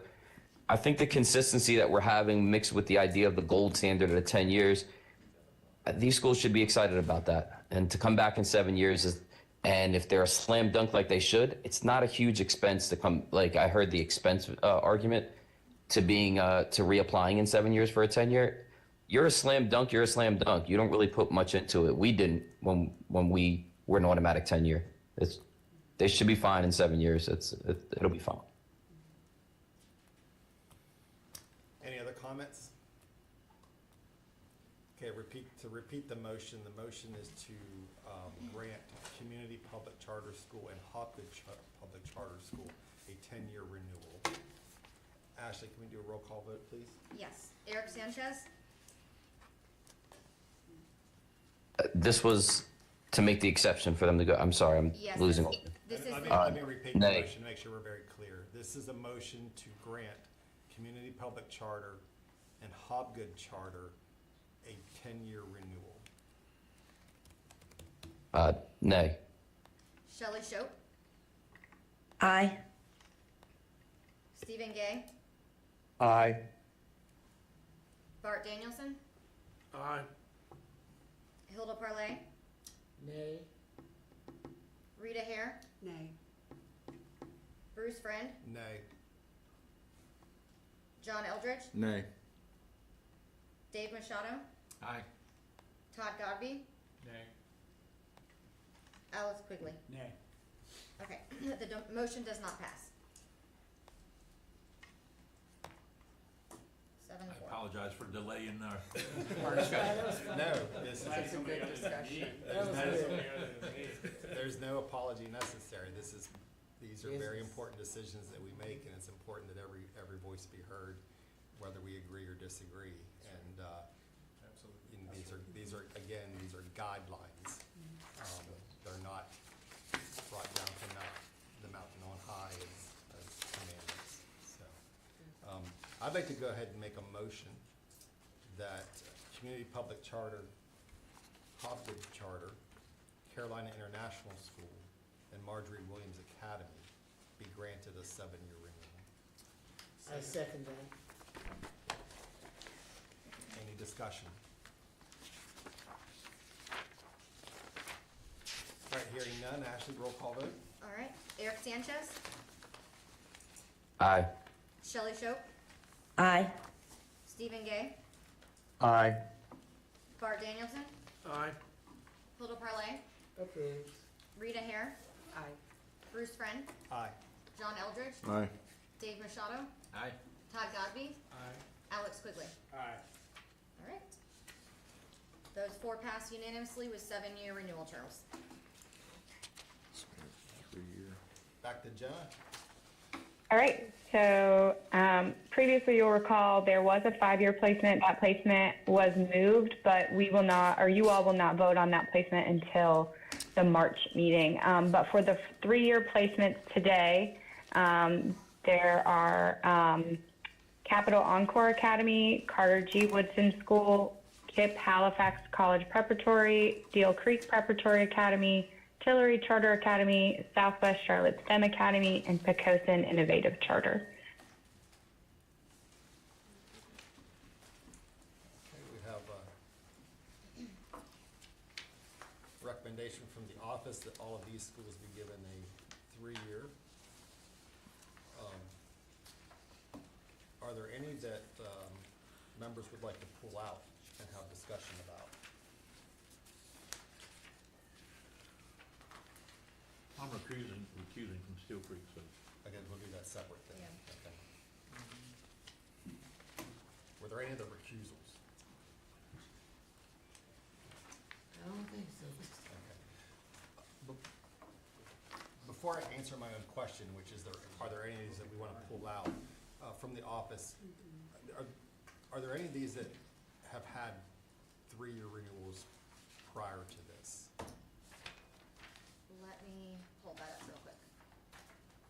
Or what were the renewal terms for each of these?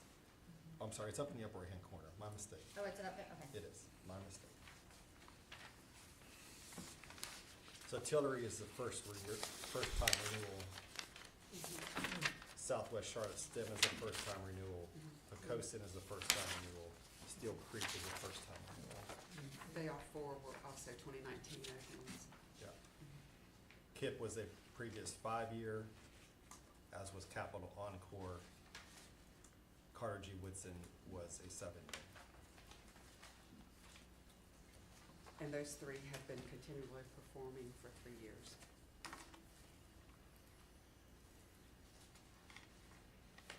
Let's pull Steel Creek out, since we have one recusal on that, and focus on that one first, if we could. So the recommendation from the office is Steel Creek be granted a 3-year renewal. Would anyone like to make a motion? Just on that or the whole list? Just that, Steel Creek. Mr. Chair, I move that we renew Steel Creek Preparatory Academy for a 3-year renewal term starting July 1, 2024.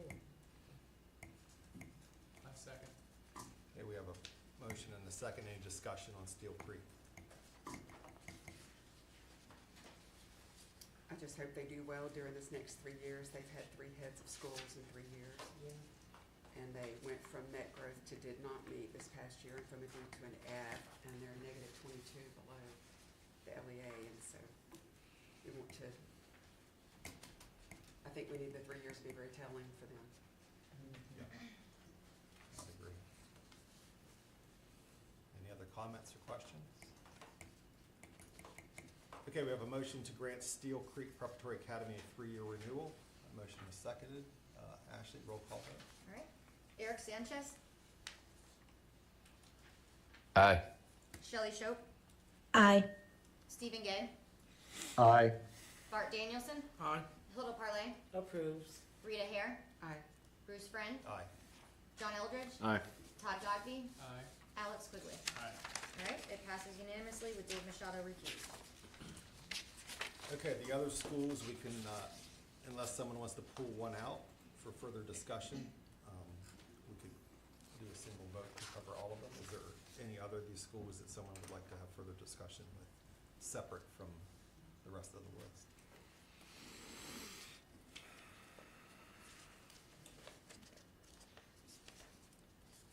Hearing none, can I get a motion? Mr. Chair, I'll make the motion that we move, would you like me to name them? Please. The Capital Encore Academy, Carter G. Woodson School, KIPP Halifax College Preparatory, Tillery Charter Academy, Southwest Charlotte STEM Academy, and Pocosin Innovative Charter to a 3-year renewal. And here's the play seconds. I have a motion and a second. Any discussion?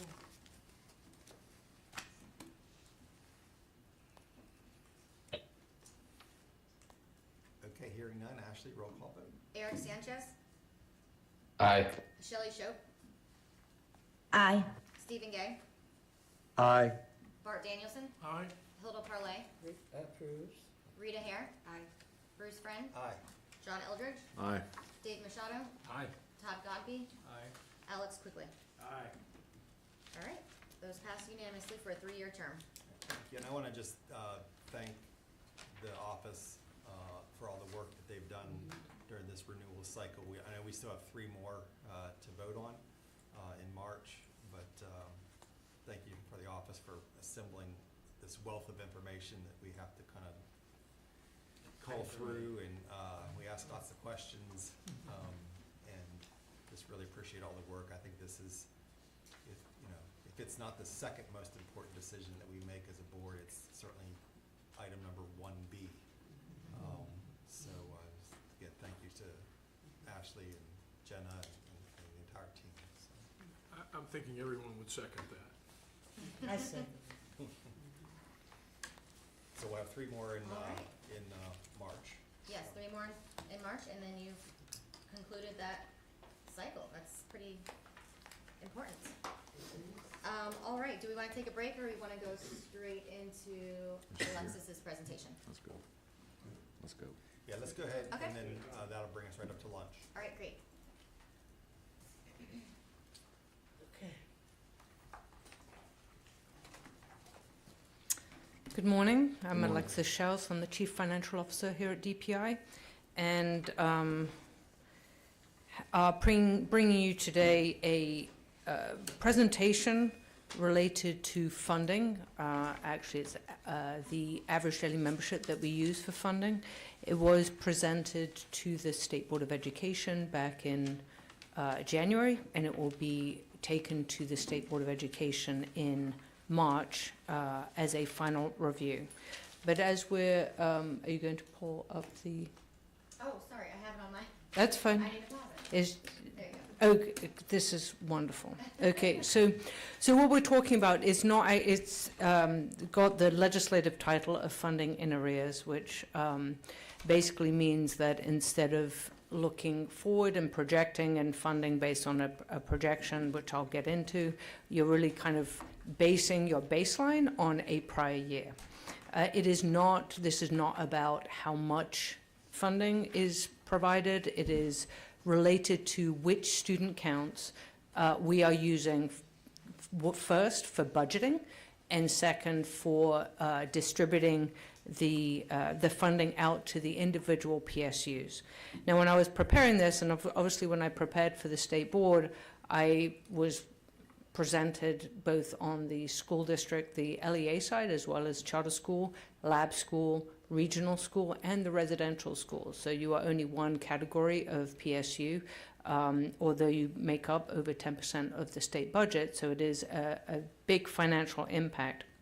I tried to separate so that you wouldn't have to get into the LEAs and what we do there, but the fact that I could not really illustrates how interdependent the funding and the distribution of funds is between the school districts and the charter schools, which is one of the reasons since, I think I wrote a white paper back in 2016 on this topic, and actually presented to the Charter School Advisory Board in the past, as well as out to school districts, why we need to look at this and modify how we are, what average daily membership and how we're doing this. So there is a legislative requirement that states that we are to develop a model that looks at funding public school units based on an average daily membership that is based on an actual of a prior year. And then we have to include lots of fun facts, as well as the budgeting technical adjustments and an impact statement on by public school unit. So when we're looking at this, there are some terms, right? An allotted ADM, it is the backbone of our state public school fund. It's about $13 billion, over 40% of the general fund. So it is a significant number, and 1% error has a significant impact. But it does affect, as we go down, depending on your average daily membership and which grades they are in, it impacts how which teachers you're employing, how much resources you're purchasing and planning for, etc. So as we're going through it, when we're looking at the next slide, which is how we currently budget state funds, and I'm not going to go into this a huge amount, but it is not a simple process. And for charter schools and lab schools, we, as you probably all around this table know, we go out with the charter school average daily membership projection system. We ask you to provide a projected amount. And then when we're budgeting, so to avoid duplication of our budgets, we actually cap that growth in the budget for each charter school. And then the difference, if there is growth above that 20% that is listed here, we actually transfer the budget from the school district to that charter school. So this is where you get that interdependency, which is maybe back in, 2009, it was pretty simple. There were 100 charter schools, there wasn't huge growth, and we could manage it. We are past that time. So when we're looking at the initial allotted ADM, that is the average daily membership that we use for the charter schools when we allocate out that first installment of funds. And currently we calculate that amount based on that projection that the school leadership provided us. So if they say we're going to have 500 students and that first installment is based on that 500 students, and then if they end up having 300 or 400 students, then we adjust later in that school year. So the current adjustments that are made to school districts are, I think, not to go into a lot of the detail of these, but they have kind of two main ones that charter schools do not have. First of all, as I said, if the growth or there is a new charter school that is impacting that school district, they get reduced. The budget is transferred from the school district to the charter school, and that happens in November of the current school year. So that is the first adjustment that they see. The second adjustment is whether that allotted ADM that we calculated for them, if their actual is significantly different, and that is defined as 2% or 100 students, then we decrease their allocations, and they don't, charter schools receive most of their funds in one block grant. School districts receive them in about 15 to 20 different line items. So we reduce several of those line items for half the difference and for about 75% of the funding. And we go through each one of those line items. And that reduction happens in December, almost halfway through the school year. So while they are planning for the school year currently now, right, and trying to get their staffing, they actually don't know what their budget is until December, halfway through the school year. So this does not provide a really solid ground for them to make definitive decisions on their staffing, transportation, etc. And then on the other side, if their projection or their initial, their allotted ADM was different, then we provide additional funding to them. And again, they only receive about 75% of that funding. And again, they receive it halfway through the school year. Again, maybe that's not the best, it doesn't allow them to really utilize that funds for the whole school year. So related to charter schools and lab schools, the final funding right now is based on the month one actual average daily membership. So that first installment is based on the projection that we're provided. Then we recalculate those allotments once we have month one, and then the school district receives, the charter school receives access to 100% of that funding at the full value. So the issue with that month one is that anyone who, and if you see this, right, when you're opening a new charter school, that first day of school, some of those students have committed to the school district, to a private school, to your charter school. There is a lot of unknowns in that first 20 days of school. And so, if we were able to move it back to have it on the funded month on a different month, it would be definitely advantageous for the charter schools. We haven't been able to do that because if we did that currently, we would then be reducing the school districts at an even later date. So it gets, what may be advantageous to one is a huge disadvantage to the other. So in kind of wrapping it up, the issues with the current way that we have this situation is that, one, the public school units are being treated inconsistently, right? There is a frustration with how, from both sides, I think, from both the charter school world, when they see what the school districts have, and vice versa, there is not a consistent methodology.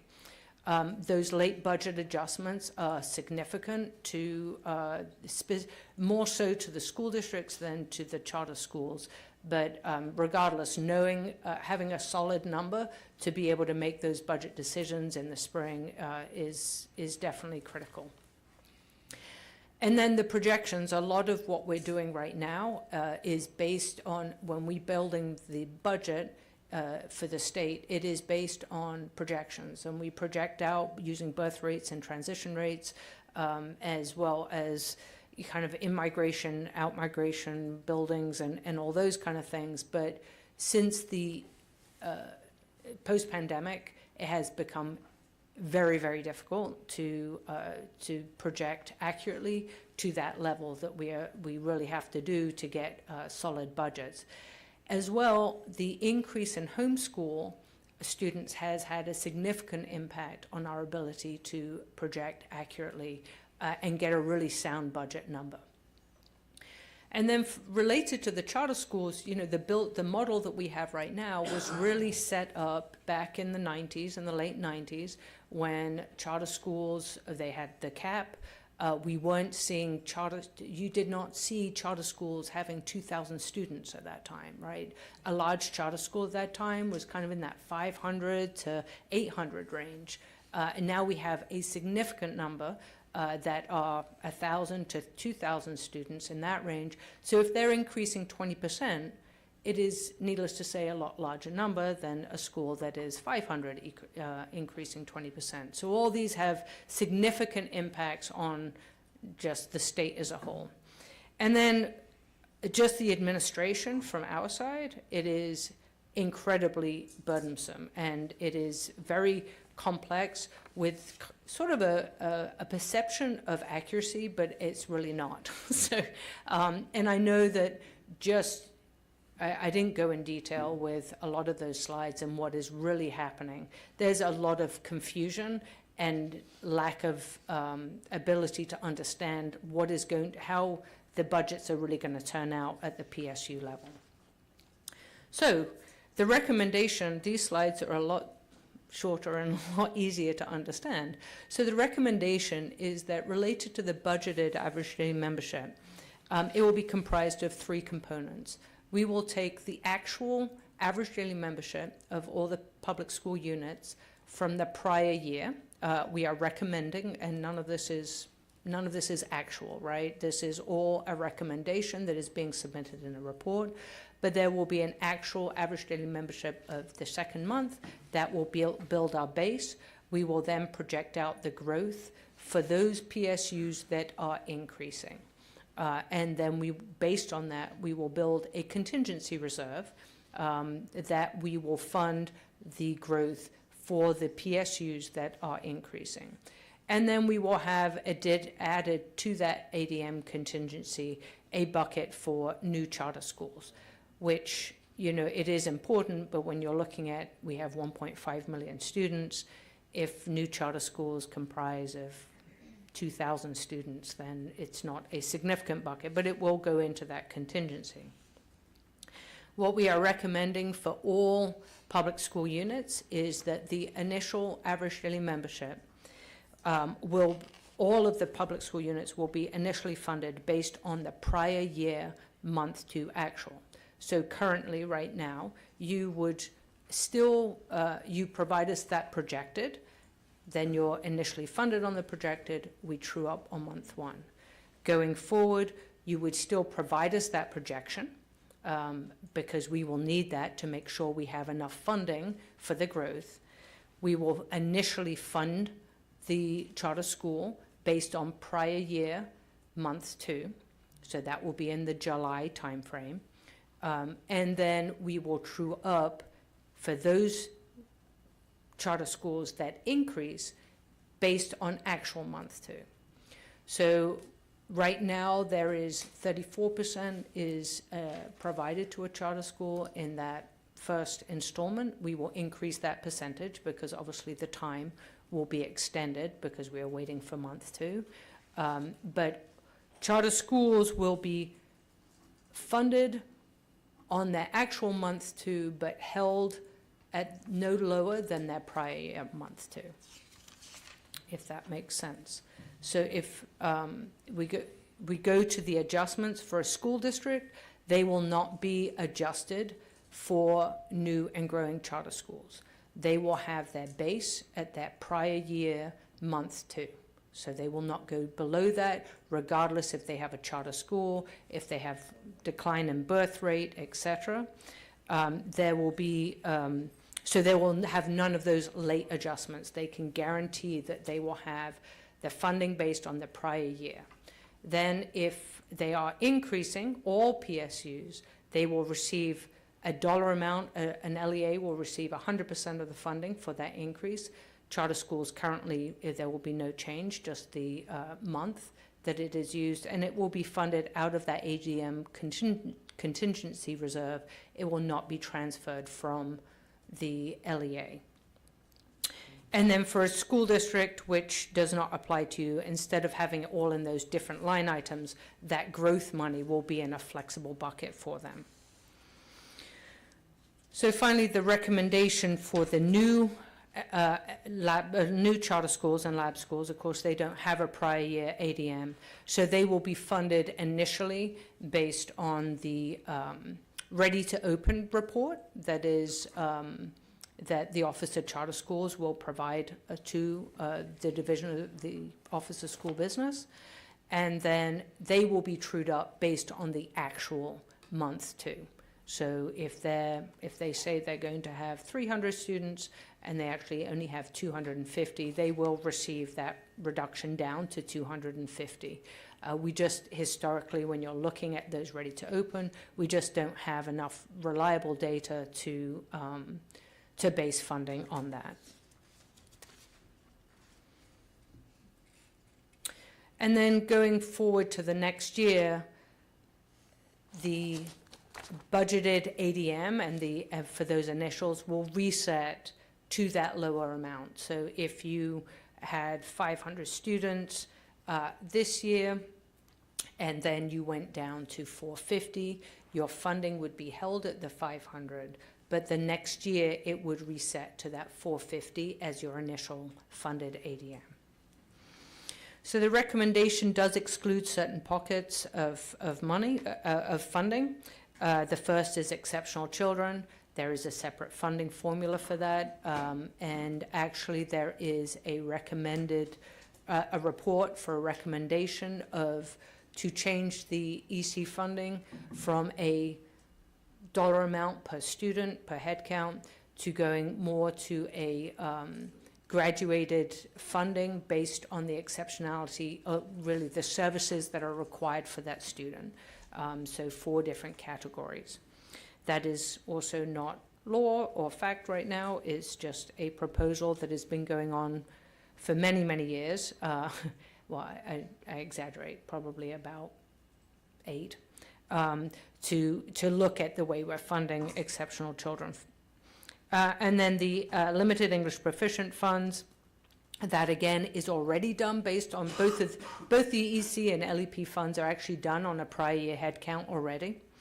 The driver's education that we are recommending, that the reason that's different, and of course it's only LEAs that receive it. Charter schools do not receive a per pupil share because the services are provided by the school district.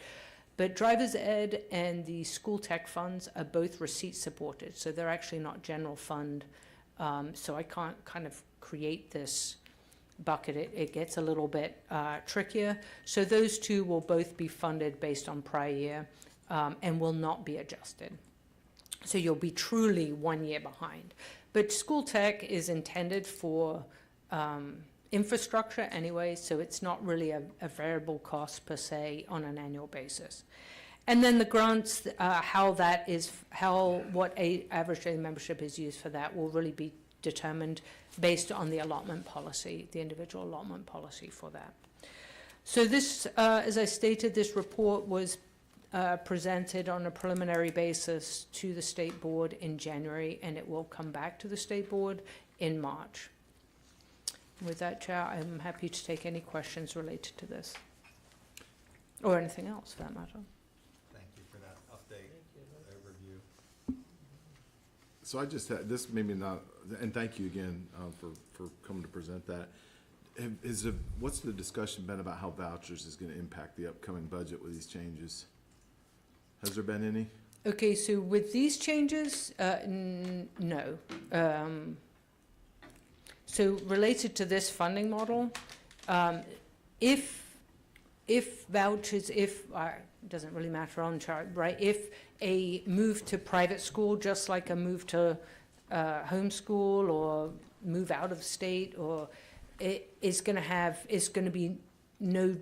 not going to be treated any differently than those other factors of a declining ADM. We have a significant number, and I don't think I've presented this to this board, but the change in the population in North Carolina currently, we are kind of in a trough of birth rates. And so there is kind of this natural decline in population of school-age students. We're actually coming out of that. So related to our normal models, we will anticipate kind of an uptick, but as you state, that we also have the increase in homeschool, which is there are more homeschool students than charter school students in this state. Perhaps there will be an increase in a move to private schools. There is differing opinions on what the impact of vouchers will have on the public school population. My understanding is that a lot of the homeschoolers, it would be quite simple for them to become a private school and then claim the voucher when they previously have not gotten any public support at all. Is that correct? I am not an expert in that area, and so I don't think it's necessarily for. I mean, it is easier for all students to receive a voucher than it was before, right? Before there was much stricter income levels, etc. So it is open regardless of whether they are homeschool or public school students. It is an opportunity open to more students than it was before, and I can say that. How much money is in the ADM contingency fund? Is it enough to cover growth of charters? Okay, so right now, so that's a good question. So it's not like a fund balance. Our ADM contingency is built each year based on our projections. So this coming year, I mean, right now it's kind of like there's not much in it, right? So when we build the budget for next year, what we will do is we obviously know the prior year month two, so that's our base. For the school districts, we are doing our normal models of projections based, because of course they're not schools of choice, right? So they have to take whoever comes in. So there we're looking a lot more at the birth rates and the transition and those kind of things. For the charter schools, we will go out and we, like this week, and request those projections. It is more difficult than it has been. Those projections are even more important than they have been in the past because of the change in the law with the caps on increases, right? So before there was a cap of the 30%, and so we knew that that was kind of our maximum. Now with that cap gone for the schools that are not low performing, it is imperative that charter schools give us an accurate projection as a maximum so that we do build a contingency reserve and we do request from the General Assembly sufficient funding to fund the growth, if that makes sense. Is there a penalty for over-projection other than you get your money trued up? Well, there used to be in that statute, there used to be a requirement that if you projected over 10% like incorrectly, then you could not request over 30%. Yeah, that's all gone now. Yeah, that's all gone. Right, but if a charter school says, if they're at 500 and they say, oh, well, next year we're going to be at 500, and then they enroll 700, you know, I'm only going to be as good as what charter schools tell me to go and request from the General Assembly. I'm not going to know that, oh, well, they changed their mind. It is, and with this model, I can't say, oh, well, they, you know, gave me a late number. I'll just transfer it from the school districts to be able to fund that. This is really, you know, holding that base and saying we don't want insecurity on budgets. It doesn't create good decisions. But you know, the charter school community has to be able to provide me a good number so that the General Assembly will fund that. But there's no, I guess, the penalty for over-projecting. No, unfortunately, the penalty for over-projection comes on me in the fact that I go to the General Assembly and I ask them for funding that then is not needed, right? And then they're like, why did you revert, or you asked for all this money and you reverted it? It's like, well, so that, it just makes me look bad. So, I think it's a very difficult thing to project. I mean, you know, there should be understanding that it is very difficult. In charter schools, it's, yes, we can't cap our enrollment. Sometimes it's hard to know exactly, you know, especially when you're new, what is a realistic projection? absolutely. And there is, so it doesn't have to be on the penny, right? We're talking 1.5 million students. So if it's, okay, we have some schools that have been, we've been 500 students. I mean, I know the schools, right? They have 64 students a grade. They've had 64 students a grade for the last 10 years. They have no growth there at capacity. You know you're going to be, okay, add in 10 more students just in case, because you want to make sure you're funded, right? But there are also schools that are in growth, right? Or there have been 500 students and all of a sudden they're like, you know what, we're going to add a high school. Okay, so there has to be some kind of, I would think from a business standpoint and a capacity standpoint, within reason, you should not be staying here saying, okay, we're going to plan for 500 students and then be like, oh, well, we had more, we're just going to have 700 or we're going to be at 200. I mean, there has to be some kind of... Question and a comment, and I think you alluded to it a few minutes ago. When are you projecting that we will submit our projections? Oh, yes. So that is later than normal. Normally we do put those out pretty much about 3 weeks ago, I would say, is what we had to make some significant changes because of the law to that system, and so it was delayed. And so we do anticipate that being sent out this week. And then my next is related to the question, it's just a comment, and I can certainly appreciate the situation you're in. You need us to be able to provide an accurate projection as possible. We're also going to be entering a new world, though, too, where charter schools are now allowed to have remote academies. And just, there'll be uncertainty around that. To use your example, I might project, 1,500 in-person students and 200 remote academy students. But man, it turns out to be a lot more than a lot more popular than I thought. Maybe it's 400. So I have an answer. Just that's another dynamic that's going to, I think, make the projections challenging for us and for you. And I just throw that out there. No, it's an excellent point, and I appreciate that because then, capacity-wise, and it brings up a good point, because we actually have added to the projection system a request to provide us your capacity. And when we put that in there, of course, we are thinking of your physical capacity, because that does help us anticipate, like how likely is it that, because we have to do 5-year projections, okay? So, but with the remote academy, of course, that changes the playing field on that. So, the important thing is that we do not request too little. That shouldn't be a problem. Yeah. Everybody probably heard that. So I have a It is question. being recorded. I have a question, and it's not really a charter school question, but across the state, there are a lot of counties that have lost population, or a fair number have lost population over time, and that's probably gonna continue in some rural areas. So with the proposal that you're making, are they effectively being held harmless for a year when they have a surprise decline? Is that effectively what's happening? Yeah, so actually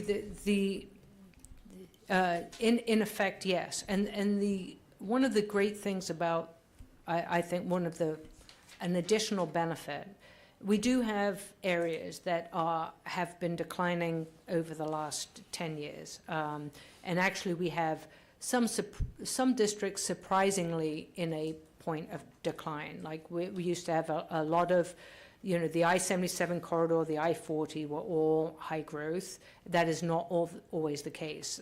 Some people are surprised to see some of the districts that are in decline. But with this model, if you have, you take some of the districts that are impacted by military populations that can come and go, they would be held at their prior year number. They would not be reduced for that 1 year, and if it came back, they would actually, it would it would smooth out that, right? Because we would true them up again the year after. So it'll smooth out declines, but it isn't gonna penalize the growing. Correct. Okay. It will allow districts that are in decline a year to adjust, and whether that decline is because of a new charter school, a decline of natural, like the birth rate or homeschool, whatever it is, it will just give them a year to adjust to that decline, where they're not kind of holding and waiting to see how much they're going to be reduced during the current school year. So this is a recommendation that goes to state board next month, and then what's the time, does the General Assembly have to take action on that, or how does that? So actually, interestingly enough, the law states that this coming school year, we shall implement a funding model that is based on a prior year average daily membership. So the next would be to formalize, so with this report, we will also have a budget request, right? So that will go over when we do all our budget numbers, separate from the report. We have to build the budget. We will then have a number for that ADM contingency. I'll make sure that no one over there is like, oh my good Lord, no, we've got to think about something different. And then we will come back and formalize that through state board funding policy. Because this is just a report, right? This is not a policy. So we need to make sure that the General Assembly is good with the financial impacts that it will have. Because needless to say, for that 1 year, say for a charter school coming in, you are funding the student twice, right? You're funding the student in the school district for that year, and you're funding the student in the charter school. So it is, it does have a financial impact. Other questions? Thank you so much. It was lovely to see you. Thank you for coming. Okay, I think it's time to break for lunch, and then we're going to reconvene at 12:45.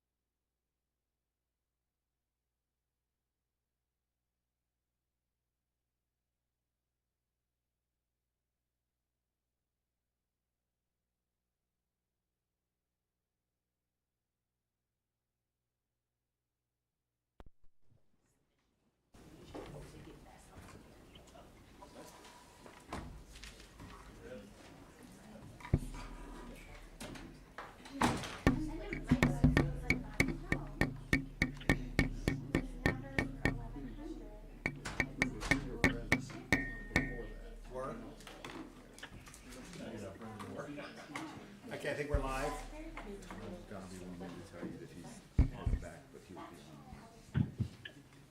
Hi, good afternoon, everybody. Hope everyone had a good lunch, reconvening our meeting of the CSRB. This afternoon's discussion item is renewal guidelines discussion. And we've asked Ruben Fafario to come forward and share some thoughts that have been presented to us. I want to, before Ruben talks, maybe give a quick summary of where we're at this point. Back in late December, Dr. Eldridge and I and Ashley Bakar were provided some ideas that had been put together from members of the state board and also the EICS committee as well, on how they thought, as we look at our renewal process, maybe some ideas for how we might possibly improve upon that process. Obviously something, whether it's renewals or new charter applications, we're always looking to make sure that we can have the best process necessary to meet our mission, which is to ensure high-quality charter schools across the state. So I know my time here on the CSRB and prior to that the CSAB, every year we would look at our renewal guidelines, our renewal process, our application for new schools. So in the spirit of that, they provided us some ideas that they had for how we might want to consider improving the renewal process. So we received a first draft back in late December.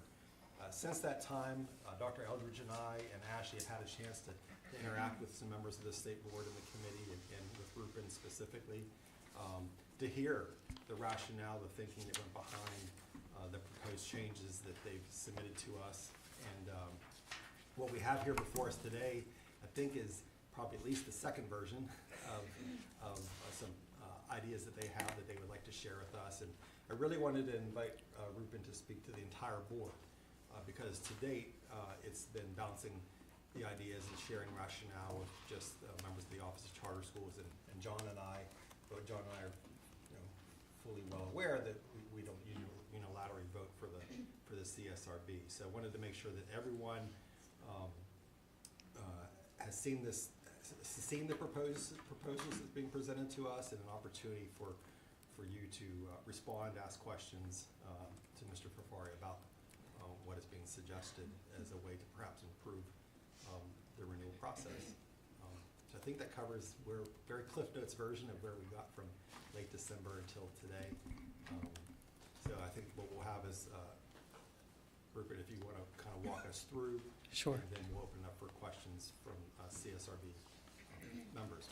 I will say procedurally, again, with the new legislation and the establishment of the CSRB, before the state board could actually enact any of this into policy, it does require that the CSRB recommend that they enact it into policy as well. So with that, Ruben, I'll turn it over to you.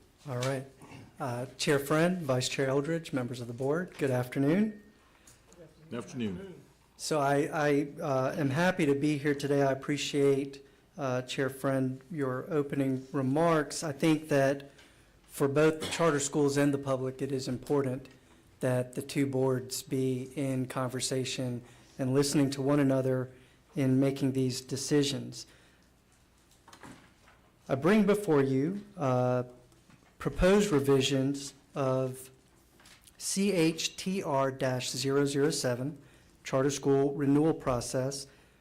This is a state board policy that was first enacted in the late 90s, or maybe it was in the year 2000. The last time that these were revised was October 4th, 2018. And at that time, Mr. Machado and Ms. Beccaro, when they were with when Mr. Machado was with the Office of Charter Schools, they offered the purpose for which the revisions were being presented. It was greater transparency to charter schools seeking renewals, greater transparency to stakeholders regarding the renewal process, and consistency in the renewal process.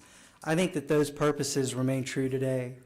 Of course, if you think about 2018, there have been a number of legislative changes, and so there's also that reason for needing to update this policy.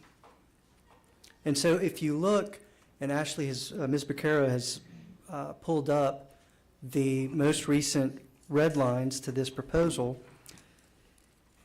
If you look, there are several sections, one of which is the guidelines. And I want to start by talking about the other sections outside of the guidelines. These changes are both, they're made giving attention to the purposes that I just stated, but they're also directly responsive to several conversations we've had with Ms. Beccaro and the Office of Charter Schools. And so if you look at the current policy, which you don't have before you, but that the current policy has requirements such as North Carolina Charter School Renewal Report and a charter school self-study, as well as the Department of Public Instruction report. And as we were talking with the Office of Charter Schools, we came to realize that with respect to the two reports, these were burdensome and impractical in many ways. There are several divisions within DPI that are weighing in on several different matters, primarily around compliance. The input comes at different times. Oftentimes there are corrective measures and there are different timelines for these corrective measures. And so in order to get a report pulled together in time for recommendations and then these recommendations to come to the board, it was an unwieldy process. And so in response, there was also a timeline, a requirement that timelines be done for each school. But again, different schools had different issues. There were different corrective measures that might have been called for. And so again, it was an unwieldy process. And so if you look at these red lines, rather than to have a timeline, the first thing that happens is in section 1, there are Office of Charter Schools actions. And what we did was through interviews with Ms. Beccaro was to really just lay out the process that is already occurring. If you move into section 2, rather than to have the Department of Public Instruction report, you now have a Department of Public Instruction portfolio, which is intended to achieve the same end goals. The driving purpose behind it was that there be a repository where the public and this board, as well as the superintendent or the State Board of Education, could go and look at all of the materials for a school that is seeking renewal. Rather than to compile that into a report, this portfolio allows for there just to be one database or one place, one repository. And so again, it is for efficiency in response to Office of Charter Schools. You will notice that in the table, which pre-exists these red lines, this is already incorporated in the current policy. There are some technical changes around the names of certain divisions within DPI, and then working with Ms. Beccaro as well as with Chair Friend and Vice Chair Eldridge, we did include other divisions and offices as sources of information. That brings us to the guidelines. And so the guidelines begin with a recitation of definitions before moving into the general renewal guidelines.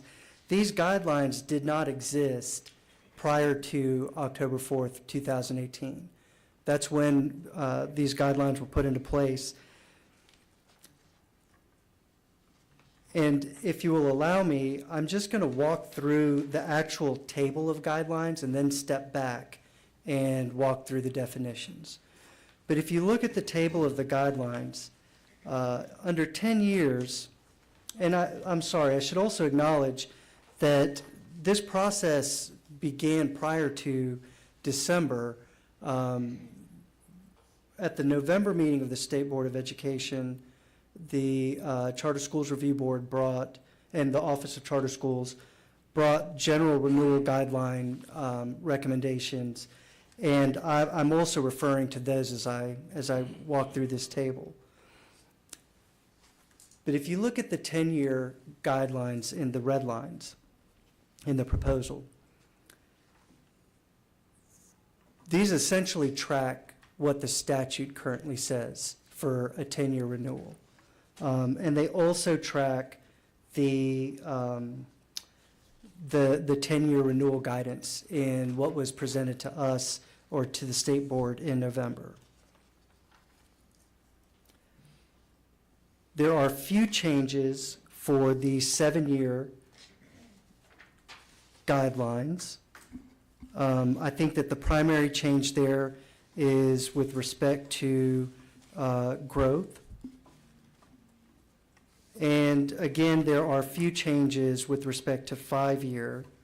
I think the lone change being with respect to growth. If you look at the red line in this proposal, you'll see that there is a 5th item included in 5-year. The school is not currently designated as low performing, and that was in response to recommendation from the Office of Charter Schools. Under the 3-year table, there's really no substantive change from what was presented to the state board in November. No substantive change. What the state board's feedback was when they received the presentation in November and then again in December was that they wanted more specificity. And so if you look at what was presented to the state board, in order for a charter school to qualify for or to get a 3-year renewal recommendation, what does that charter school need to do? Well, the first bullet was compliance issues in the past 3 years that show a pattern of unresolved or consistent issues, or an inability to provide sound audits for the immediately preceding year, or the school is currently on financial noncompliance disciplinary status. And so the state board felt that these aren't things that should qualify for a 3-year renewal, but they understood that this was in response to the way that the legislation was written.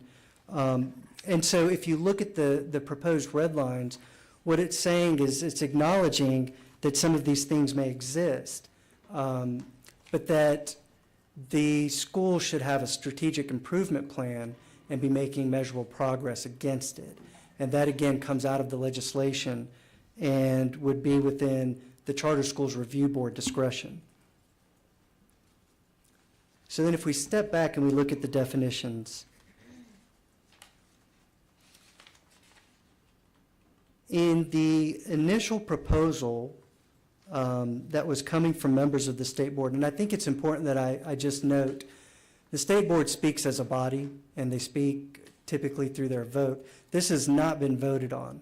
And so this proposal is coming from input that was received during state board meetings, during those discussions, as well as Chair Friend said, the EICS committee and the chair and vice chair of the state board. But in the initial proposal, there was the idea of defining what a financially sound audit is. We subsequently spoke with staff within the Department of Public Instruction, and it was strongly recommended that this not be defined. It would need to be defined broadly in order to capture all of what might fall within this, but a definition that broad would not serve the purpose of clarity. And so the determination was made not to define this. Compliance issues in the initial proposal was not defined. And as a result, what we learned, particularly in conversations with Chair Friend, was that very minor compliance issues, which could be remedied quite easily, would actually prevent a school from qualifying for, say, a 7-year renewal and knock them down to a 3-year renewal. And that would have been in unintended consequence. And so compliance issues now refers back to the administrative code and the most severe level designation of a compliance issue, which is level 3. And by the way, level 3, a level 3 determination is made only after a school has been placed on a warning and then given 30 days to remedy after being placed at level 1, and then an additional 30 days to remedy after being placed on level 2. The next definition is comparable, and so this is the one I think that has gotten quite a bit of attention. In the initial proposal, this stated 2 points. So what is in policy now, the guidelines define comparable as 5 points.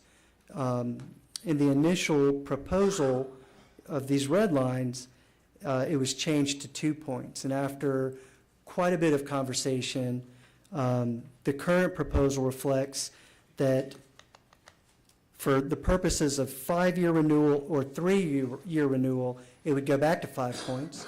For the purposes of 10-year renewal and 7-year renewal, it would be 3 points.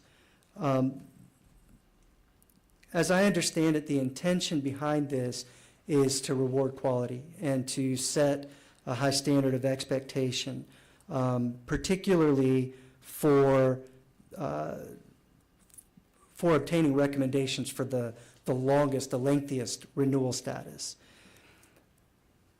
When we proposed, when these proposals were proposing 2 points, the Office of Charter Schools ran a model that would have looked at these 17 schools you've just considered for renewal and what would happen.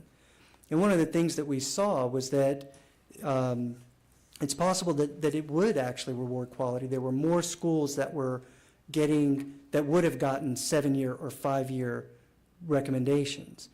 However, we also saw that not a single school would have gotten a 3-year recommendation, and that several more would have gotten non-renewal recommendations. And I think that, combined with conversations with your chair and vice chair, led to a desire to change that, because that would also be an unintended consequence. The point is to reward quality, but also acknowledge that starting a school from scratch, I think the practice is that initial charters are granted for 5 years, but that it takes some time to build up to this level of quality. And so there may be a need for a 3-year renewal, or maybe 2 3-year renewals. But the idea, and I think that hopefully I'm not speaking out of turn, I think it is the Charter School Review Board's expectation also, is that these 3-year renewals aren't in perpetuity, but rather as a part of the journey towards achieving that quality to where schools are qualifying for 10 and 7-year renewals. The next definition looks at when a school's charter results in targeting subgroups, and these red lines have been amended after discussion with Chair Friend and Vice Chair Eldridge to include not only application but also the self-study, because often, particularly when schools are just starting, they don't know. They have an idea of what the enrollment might look like, but they don't know. But certainly before they come before this board for a renewal, they will have completed a self-study. The next change you'll see, and actually, I'm sorry, Ms. McCary, if you could go up back to the previous, right there, please. Thank you. The next change you'll see is actually a deletion. And so initially there was the idea that statute calls for strategic improvement plan as well as measurable progress, but what is that? And in the absence of a definition, this was meant to be a collaborative effort between the State Board and Charter School Review Board. However, in conversations with Chair Friend and Vice Chair Eldridge, it became very clear that this could actually create a lot of delays and make getting recommendations before this board on renewals impractical. And so that was deleted. And then finally, you'll see the definition for local school administrative unit. This definition was changed also after conversation with Chair Friend, excuse me, and Vice Chair Eldridge. And it is respecting the fact that there's a lot of factors that go into determining what the appropriate local school administrative unit ought to be when comparing a charter school. And so this allows for this board to consider things such as where the charter school is physically located, as well as its proximity to districts across county lines, and the base school district from which a majority of the school's students are enrolled. It also allows for considering multiple comparisons, which I believe is already the practice of this board. And so I will stop there and take questions and feedback. Thank you, Ruben. Mr. Fafari. CSRB members, now is our time to ask questions, ask for greater clarity. I have a question. Before mentioning, or when mentioning finance, why was school a strikeout? I thought the finances would be referring to the school. I think this was a technical change in and I'll have to double check, but the only reason for this change is to mirror what that division within DPI is currently called. But it is not to, yes, correct. Thank you.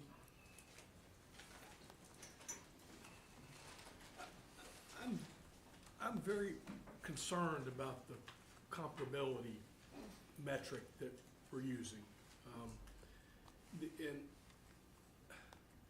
I think it's a flawed metric in itself, almost without regard to the band. That right now we're using 5%, 5 points, right? Ashley, can you pull up the spreadsheet for the Wake County schools? Yep. The Wake County or the CMS?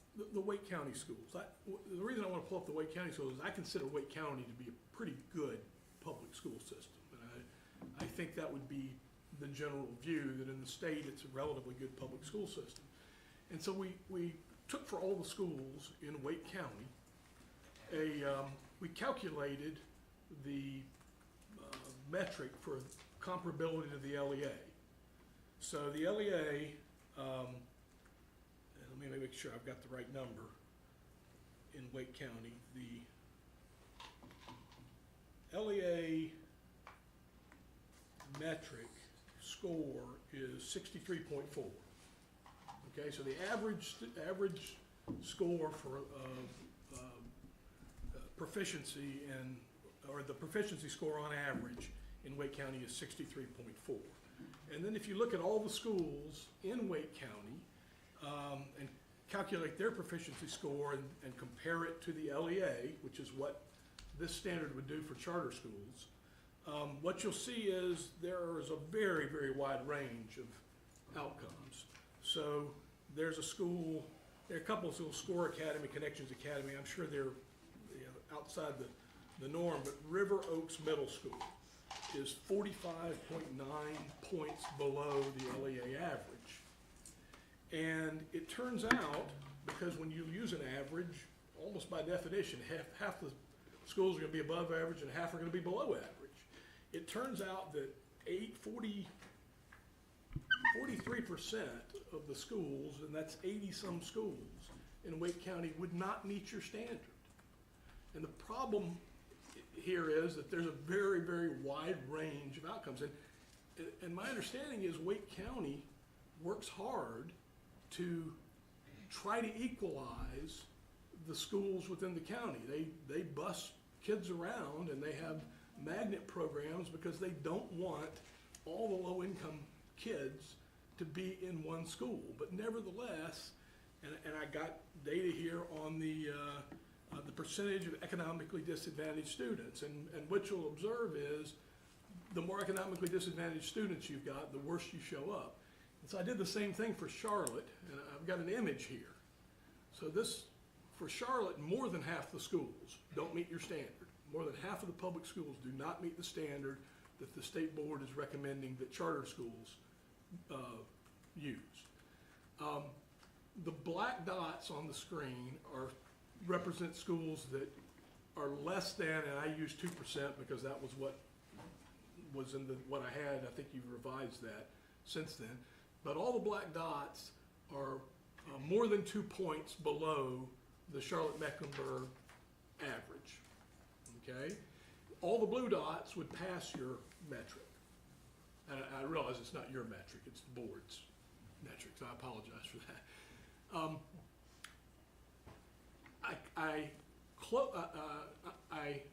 Along the bottom axis, they've got the percentage of economically disadvantaged students.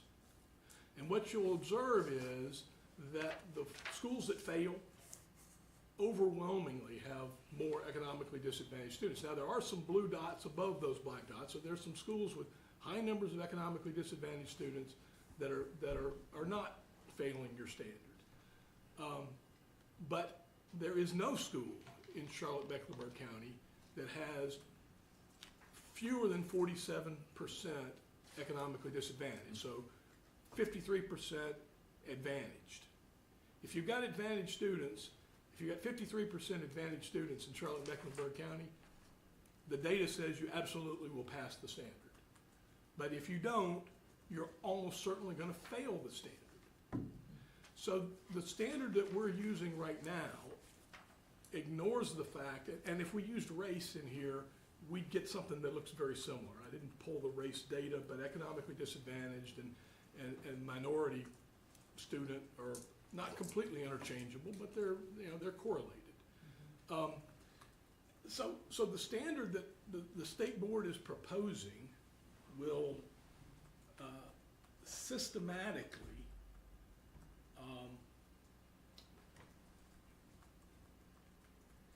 disadvantage schools with large numbers of economically disadvantaged students, with large numbers of minority students. I don't think that's the intention. I don't think anybody is racist on the state board, but there's a concept called systemically racist, okay, where the system has rules that disproportionately impact minority students. And this rule appears to me to be systemically racist. It's putting a rule in the system that we can see on that chart is going to disadvantage schools that enroll minority kids, low-income kids, kids that are, and I don't have it for English language learners, but I bet it's going to look really similar.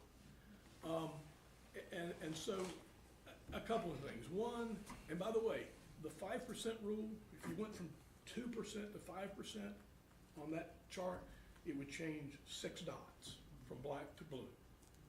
Okay? Just because there's such a wide range of outcomes relative to the tests that we're giving. So, yeah. So there are a couple of things. One, yeah, the band is probably too tight, right? But it's also the wrong band. We should not be comparing to the average, because the average doesn't reflect the fact that there is not a single school in there that falls on the average line.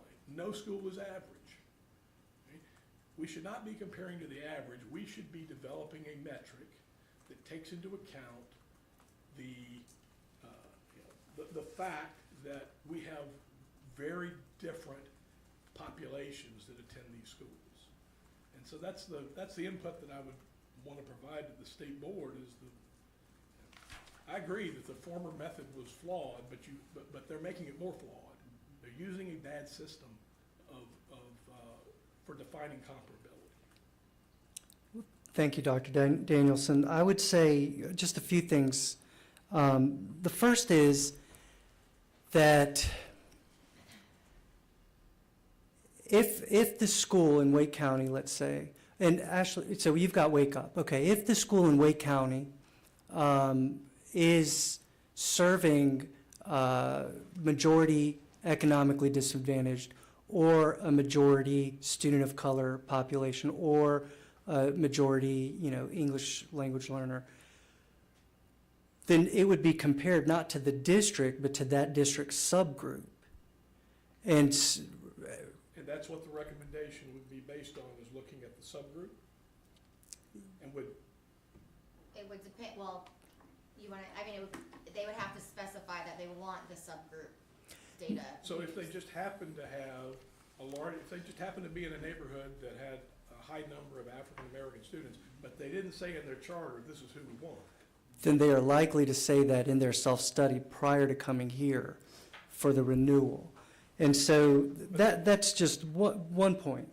The second point is that this is not going to change from the current practice whether or not that school would get a renewal. That school would still have the same metrics for receiving a 3 or a 5-year renewal. What it changes is the 7 or 10. And I would argue that you should change the 3 and the 5 because that's already flawed. And so that's the third point. I've got to be very careful because I can't speak on behalf of the board. But I think that what I believe I hear you saying is, we're going back and forth around the number of points when few people like using any number of points to do the comparability. And so is there a better way? I would submit that I believe there is. And I think that that's a place where the state board is ready to listen to ideas. Well, I appreciate Dr. Danielson going out and doing this, because that's a question I've been asking all along, is I wonder if we applied this metric to every school in the state, how many would close? Or be on a warning list to be closed. And, I think also only being on this board for a few years, I understand if we did some research on the history of where 5 points came from, I don't know that it was a mathematical discussion. I think it was more of these things were just used to help us get something in place to be able to compare schools, right? And so somehow that's become a hard, fast thing. And not only did the 5 points, now it's been reduced to 2, back up to 3. I'm in alignment with what Dr. Daniels was saying about doing a better study of how we really compare these schools in a fair way. As you remember in the conversation we had with the state board, you could have a school in the same district, as we just pointed out, that's in a certain area that's scoring 20 points below the district average, but 10 points ahead of every other school that's in that area serving the same students, and is going to be held to a pretty severe standard. So I think we've got to be really careful when we do these things. I like the fact that there's guidelines in place for us to help make good decisions, as was pointed out just as we voted this morning, but I think we have to be really careful as we tread around comparability. But I also think it's worth noting, though, if you put the CMS chart back up, you were saying that even if you went to 2 points, and so that's not what these current proposals suggest, but even if you went to 2 points, look at all those dots, and you're only flipping 6. I don't think that this is. I think there's room for disagreement. I think disagreement's important. It forces us to think harder, more creatively. But I don't think that this is a wholesale change. You're looking at 6 dots out of all of this.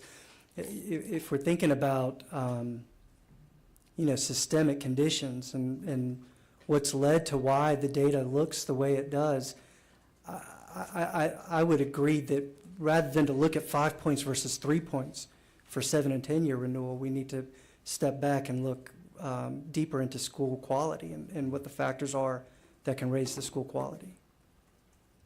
Yeah, and I'd like to ask another question. And I'll preface it with this. I was having a conversation two conversations earlier today about the reasons parents, in many cases, were choosing charter schools. Actually, it was homeschooling and charter schools. One of the reasons parents cite is a concern over safety. And when we talk about closing a school and sending kids out of a charter school into what presumably would be a nearby traditional public school, the environment that we're going to move them to is going to change. And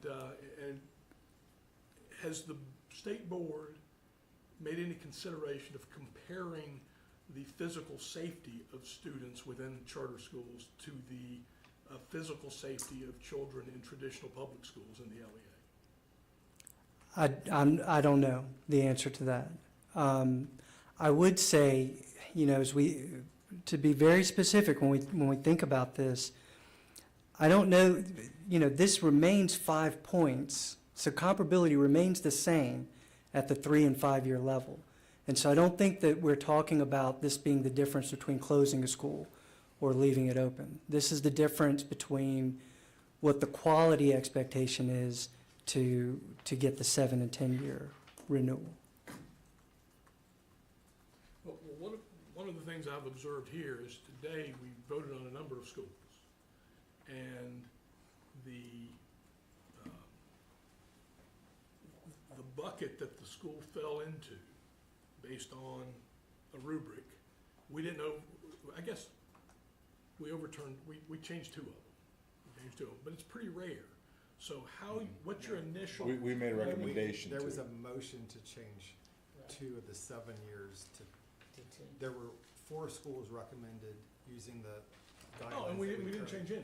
That's right. Yeah. Okay, so whatever ends up in the guidelines, we can consider other things, but the reality is it's really, really hard, once it's in the guidelines, it's very unlikely anybody's gonna make changes once it's in the guidelines. So it's critically important that the guidelines not have a systematic bias against schools with high numbers of African-American kids. And right now, they do. Those guidelines have that bias. And that's a problem.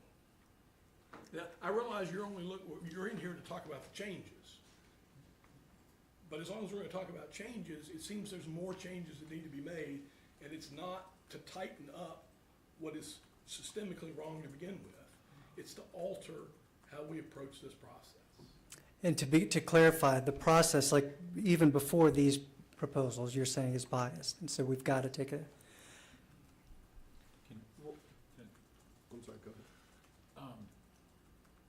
My concern with the change from the 5 to the 2, and I think I heard you say a couple of times that this might not affect if the school would close or not. It would just more affect the length of a renewal that they would get. I think that's what I heard you say.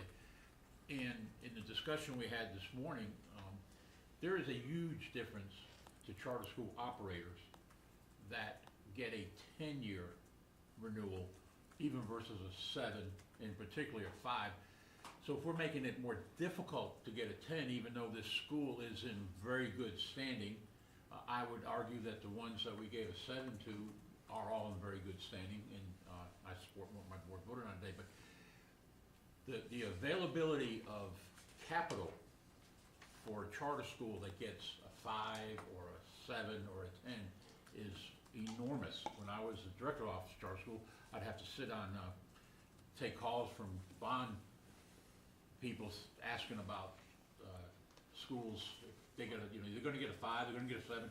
I mean, the length of payback, the interest rate, all those things are huge in the life of a charter school that could hurt it financially. And so by changing it, I understand that it might not close a charter school, but it's going to penalize what looks like to me our very top charter schools in moving them to a 7 when they deserve a 10, and that's going to affect their long-term ability to finance. So that's one of the things that just shot out at me when I first saw this. Yeah, I would say that I believe that there is quite a bit of discretion that is left within, this is policy, it's not rule. And so there's quite a bit of discretion here. When I look at, let's take the 10-year, and there are 3 bullets, in the guidelines. But then I look at what you all are looking at when you're making your decisions. You're getting quite a bit more information. And if you were looking at, and again, we're not talking about 2 points, we're talking about 3 points at the 10-year versus 5 points. And so it's a 2-point change. And if you're looking at a 10-year, and this walks like and talks like all of the 10 years you've seen before, but rather than to be within 3 points of the LEA, it's 4 points. I believe that there's the discretion for you all to still award that 10-year. But I think what this does is to say, here's the expectation. This board today, and rightfully so, did not want to buck the guidelines, and I feel like for future decisions, where another school could go up and say, well, you gave so-and-so a 10, but they were recommended by OCS a 7. So I think the ability for us to change or not to adhere to these guidelines is a slippery slope. I don't think a lot of my board members want to go down. I personally like to see each decision made individually, but I respect that decision. So yes, we can make our decision based on what we feel is right, but I don't think any of us, again, I think this board's very reluctant to go down that slippery slope. So saying that, in all due respect, saying that we could change it if we wanted to, that's a very difficult bar for us to cross to do that. And I respect my board for the decision they made today. I concur with Mr. Machado. I think, as I reflect though too in this morning, this isn't a but. It's just there were also extenuating circumstances unrelated to comparability data as to why I can speak for myself as to why I didn't sign off on your motion. It had nothing to do with comparability data, and but again, I think that drives home the point: the flexibility that guidelines are guidelines, but there may be other information brought to bear that gives us the flexibility to change from one term to another. I don't want to lose that because we have enacted that in the past, I think, for good reason. Could I ask if the state board did any kind of statistical analysis that you're aware of to come up with the decision that someone that's 6 points away is statistically not identical to someone that is to the average? Is there any analysis that shows 6 points away is enough to know that that school's not really average? Yeah, I'm not aware of that. The only statistical model we've seen run was sort of a dry run with what these 17 that you've just considered would have looked like at 5 versus 2. That was early in the process. But the state board, I would say, the genesis of 5 points was not the state board. The genesis of 5 points was the Charter Schools Advisory Board. And at that time, if you go back and listen to the meetings, it was really just based on practice. I don't remember who said it, but yeah, Vice Chair Eldridge was saying, it's just sort of, you gotta hold on to something. So I've got one of the schools we voted on today. Just random, just have to be in front of me. So I pick it up and I look at it, and the metric for this school over 3 years was 50% in 1 year, 39.2, so it moved almost 11 points. The next year it's 47.5. It moved another 8. For this one school, and my guess is the school hadn't changed that much. They got pretty much the same kind of student body they had. It's not changing every year. This one school jumps around by more than 5% each of the years. I go to the next one, it happens again. I'm willing to bet virtually every school I've got that I'm looking at, that's more than 5. This one This one was within 3 points of its prior score, but at 6 points, that's just random. That's randomness from an examination of just 4 pages here. And it raises an observation that I had as well. So when I look at what you're looking at, these are stated in terms of percentage. And the definition is stated in terms of points. And so I don't always know what the percentage translates into as far as points. And I don't know what this board's practice is. Is it to look at 5 percentage points, or is it looking at 5 points in the proficiency score, the composite score? I'm not sure. And I don't know the answer to that either. The GLP, when it says percent, is that really percent or is that points? It's percentage. I mean, it's Are essentially points treated the percent? same way. Is Because the it's percent looking- of points are the same? No. The score's converted to a percent. Yeah. Scores would be converted to a percent, okay.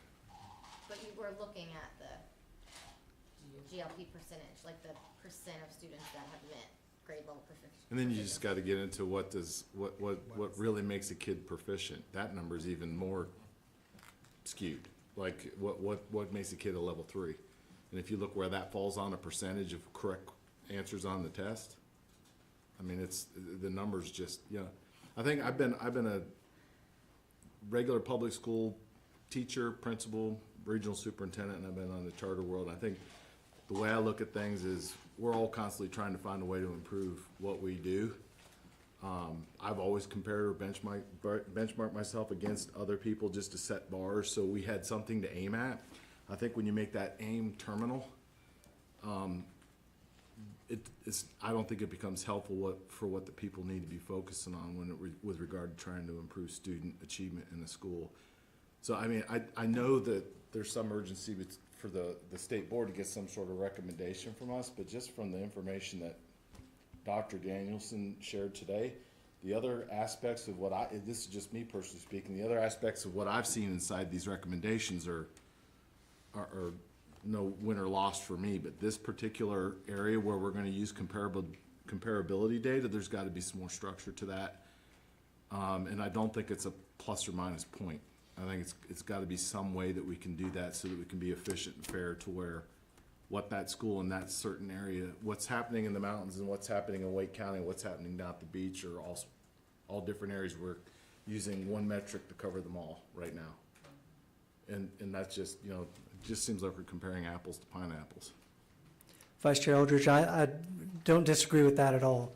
I would just say that the urgency is not for the benefit of the state board. The urgency in updating this policy is for the benefit of the schools. Ms. Becerra's office has a very short respite. You've just finished, or you will just finish, your round of renewals, and then they've got to go back out to the schools for site visits. You've got 40-some schools coming up for renewal next year. And so it is, I think, in the interest of those schools. Well, what I shared most of the schools that are in the 40 that are coming up are using the guidelines that are already in place for their presentations, right? So that's what they've been preparing for the course of this whole year. So when they come in the fall, they're ready to go. Anything that we do now to make changes in that, they're going to have to, anything that pops up in whatever the policy is when it's all said and done could change the way that they do that. So that's why I say I don't feel the same sense of urgency. I want to get it right. I don't see how I'm sorry, Dr. Jones, I don't see how we could even include the cohort that's in the interview in year 1 of their 2-year renewal cycle, which is the ones that won't be voted on until next year, how we could change the metric on them either. I don't think that's fair to them. I appreciate that everybody agrees we shouldn't do it to the ones we just voted on, but the other ones have already done their self-study. They're in interviews. Some of the interviews are already happening.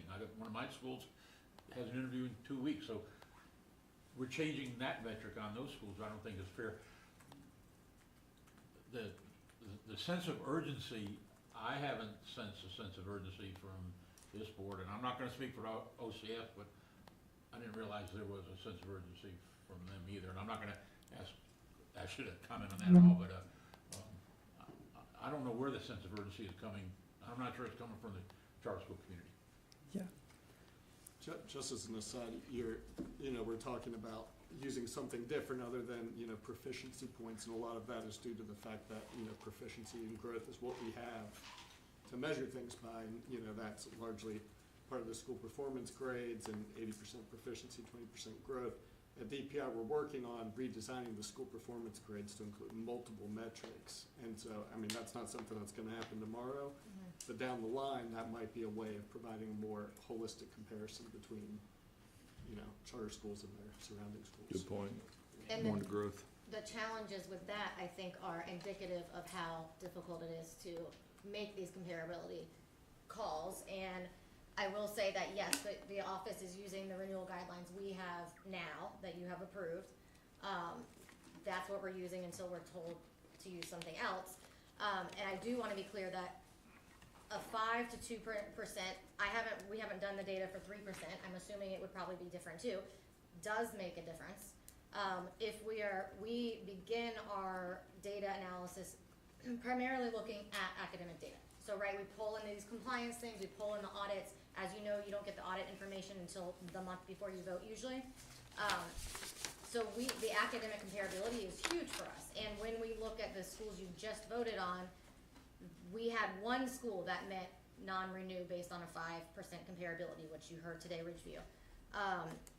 If we changed it to 2%, it would change, our recommendations would change to 4 additional non-renewal schools. Now, could those schools bring subgroup data and make that argument based on, revising the guidelines in this new legislation? Sure. I'm not gonna run down a hypothetical, 60 yards in. But just on the academic data, it would substantially impact schools. We're talking about a 3% difference. And then if you look at Sugar Creek, who just recently was voted to receive a 10-year, we would actually bring them down to a 7-year, because they would not have been up to that level for a 10-year. They're comparable based on the 5 percentage points, but if you were to reduce it to 2%, they would not be comparable, or 3%. So, and everybody here sitting at this table, I think, is well aware of the work that Sugar Creek does, and the fact, the population they serve, and the fact that demographically, they outperform CMS in almost every demographic. So it is a very difficult, and another reason why the guidelines are so important is because we have to have something to base these recommendations on, right? Otherwise, we're just pulling stuff out of the air. A 3-point difference does make a difference when you're looking at comparability. When you're looking at someone like Sugar Creek, who has had, there's a -5%, -1%, and then a 2.1 over CMS, right? That's right in.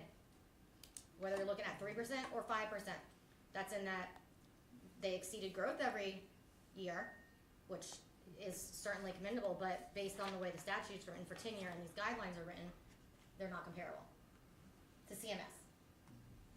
So I just want to make that clear, a 3% difference is a lot when you're sitting down and trying to make a recommendation.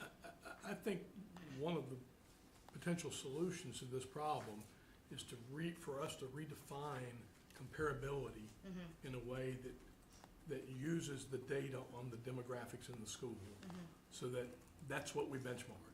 We benchmark for the quality of the public school given the demographics that would be in that school. And that can be done with, it's not a difficult process in a statistical sense. So we want to compare apples to apples. We'd probably hire a statistician for about $500 to solve it. So we want to compare apples to apples, not apples to oranges. I'm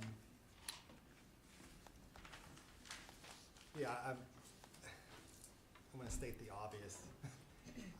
I think everyone around this table and those listening on the phone do share, CSRB members do share what our mission says. We want to ensure the existence of high-quality charter schools across North Carolina. I think the guidelines are extremely important for all the reasons this Ms. are just elaborated on and we know, but they are guidelines. I don't think that, and I think at least at the time that I've been on this board, we don't have I know personally, I lose tolerance and I lose patience for other charter schools that forget fulfilling their mission, they're not even sniffing it. And we have to hold those schools accountable.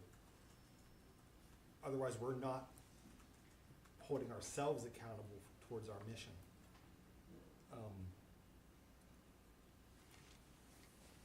And I just think this comparability is one data point. It's one data point.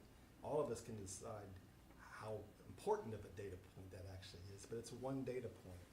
I mean, we have schools coming back to us next month that if, two in particular, one that's being recommended for non-renew that's 35% less proficiency in the district that they operate in.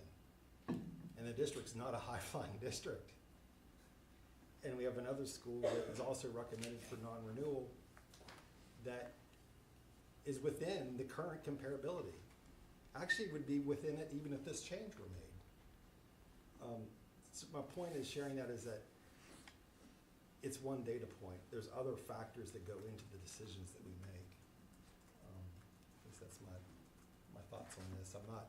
I think there's, as Dr. Audrey said, I think there's some things, Rupen, that you've presented that we've had a chance to look at, and the beauty of today was give everyone else the opportunity to hear what we've been hearing and reflect, react, think about it as you leave here today.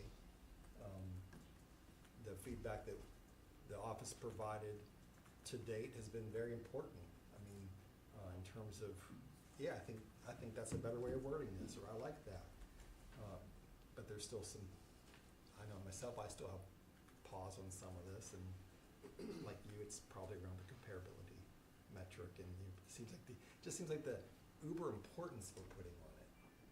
And that doesn't mean it's not important, but there's other factors I think that we have to look at. Yeah, I do want to say that the document overall is much improved from the first time I saw it. Now, it's obvious that people have provided input that improved the document.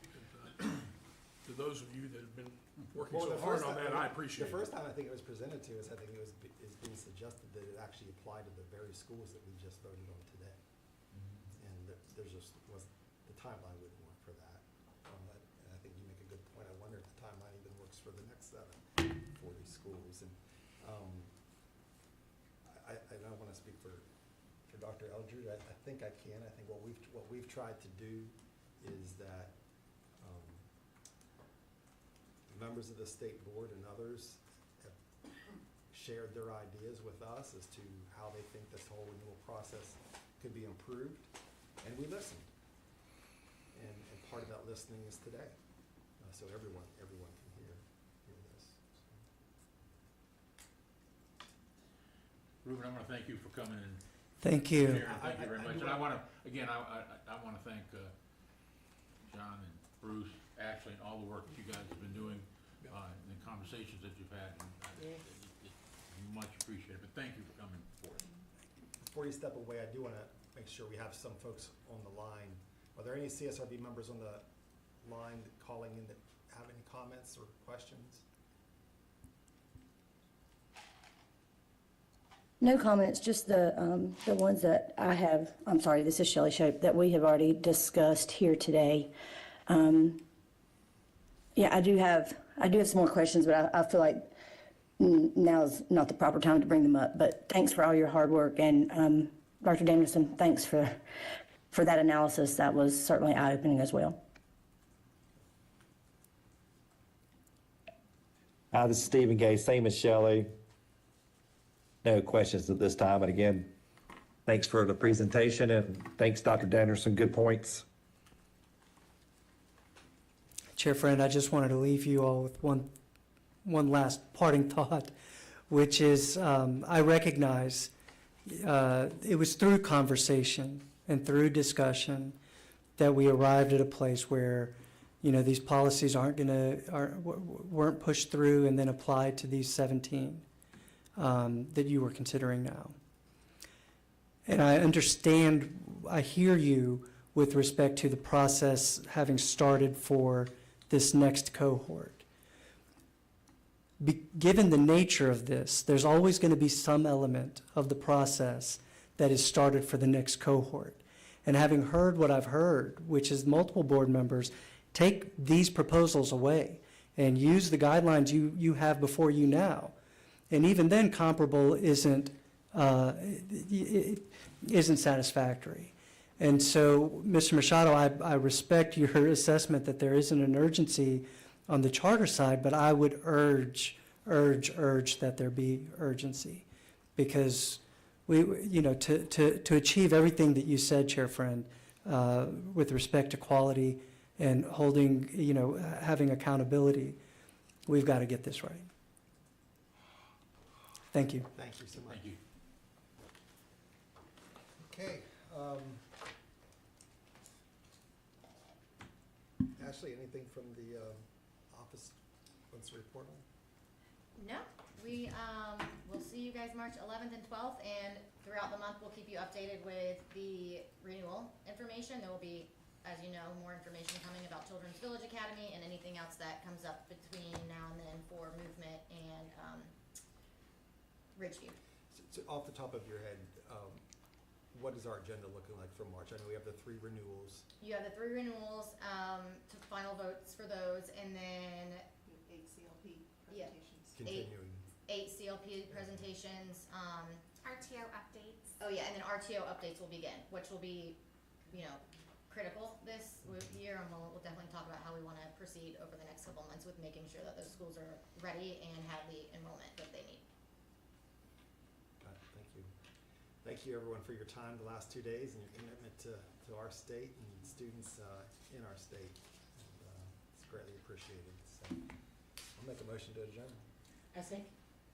All in favor?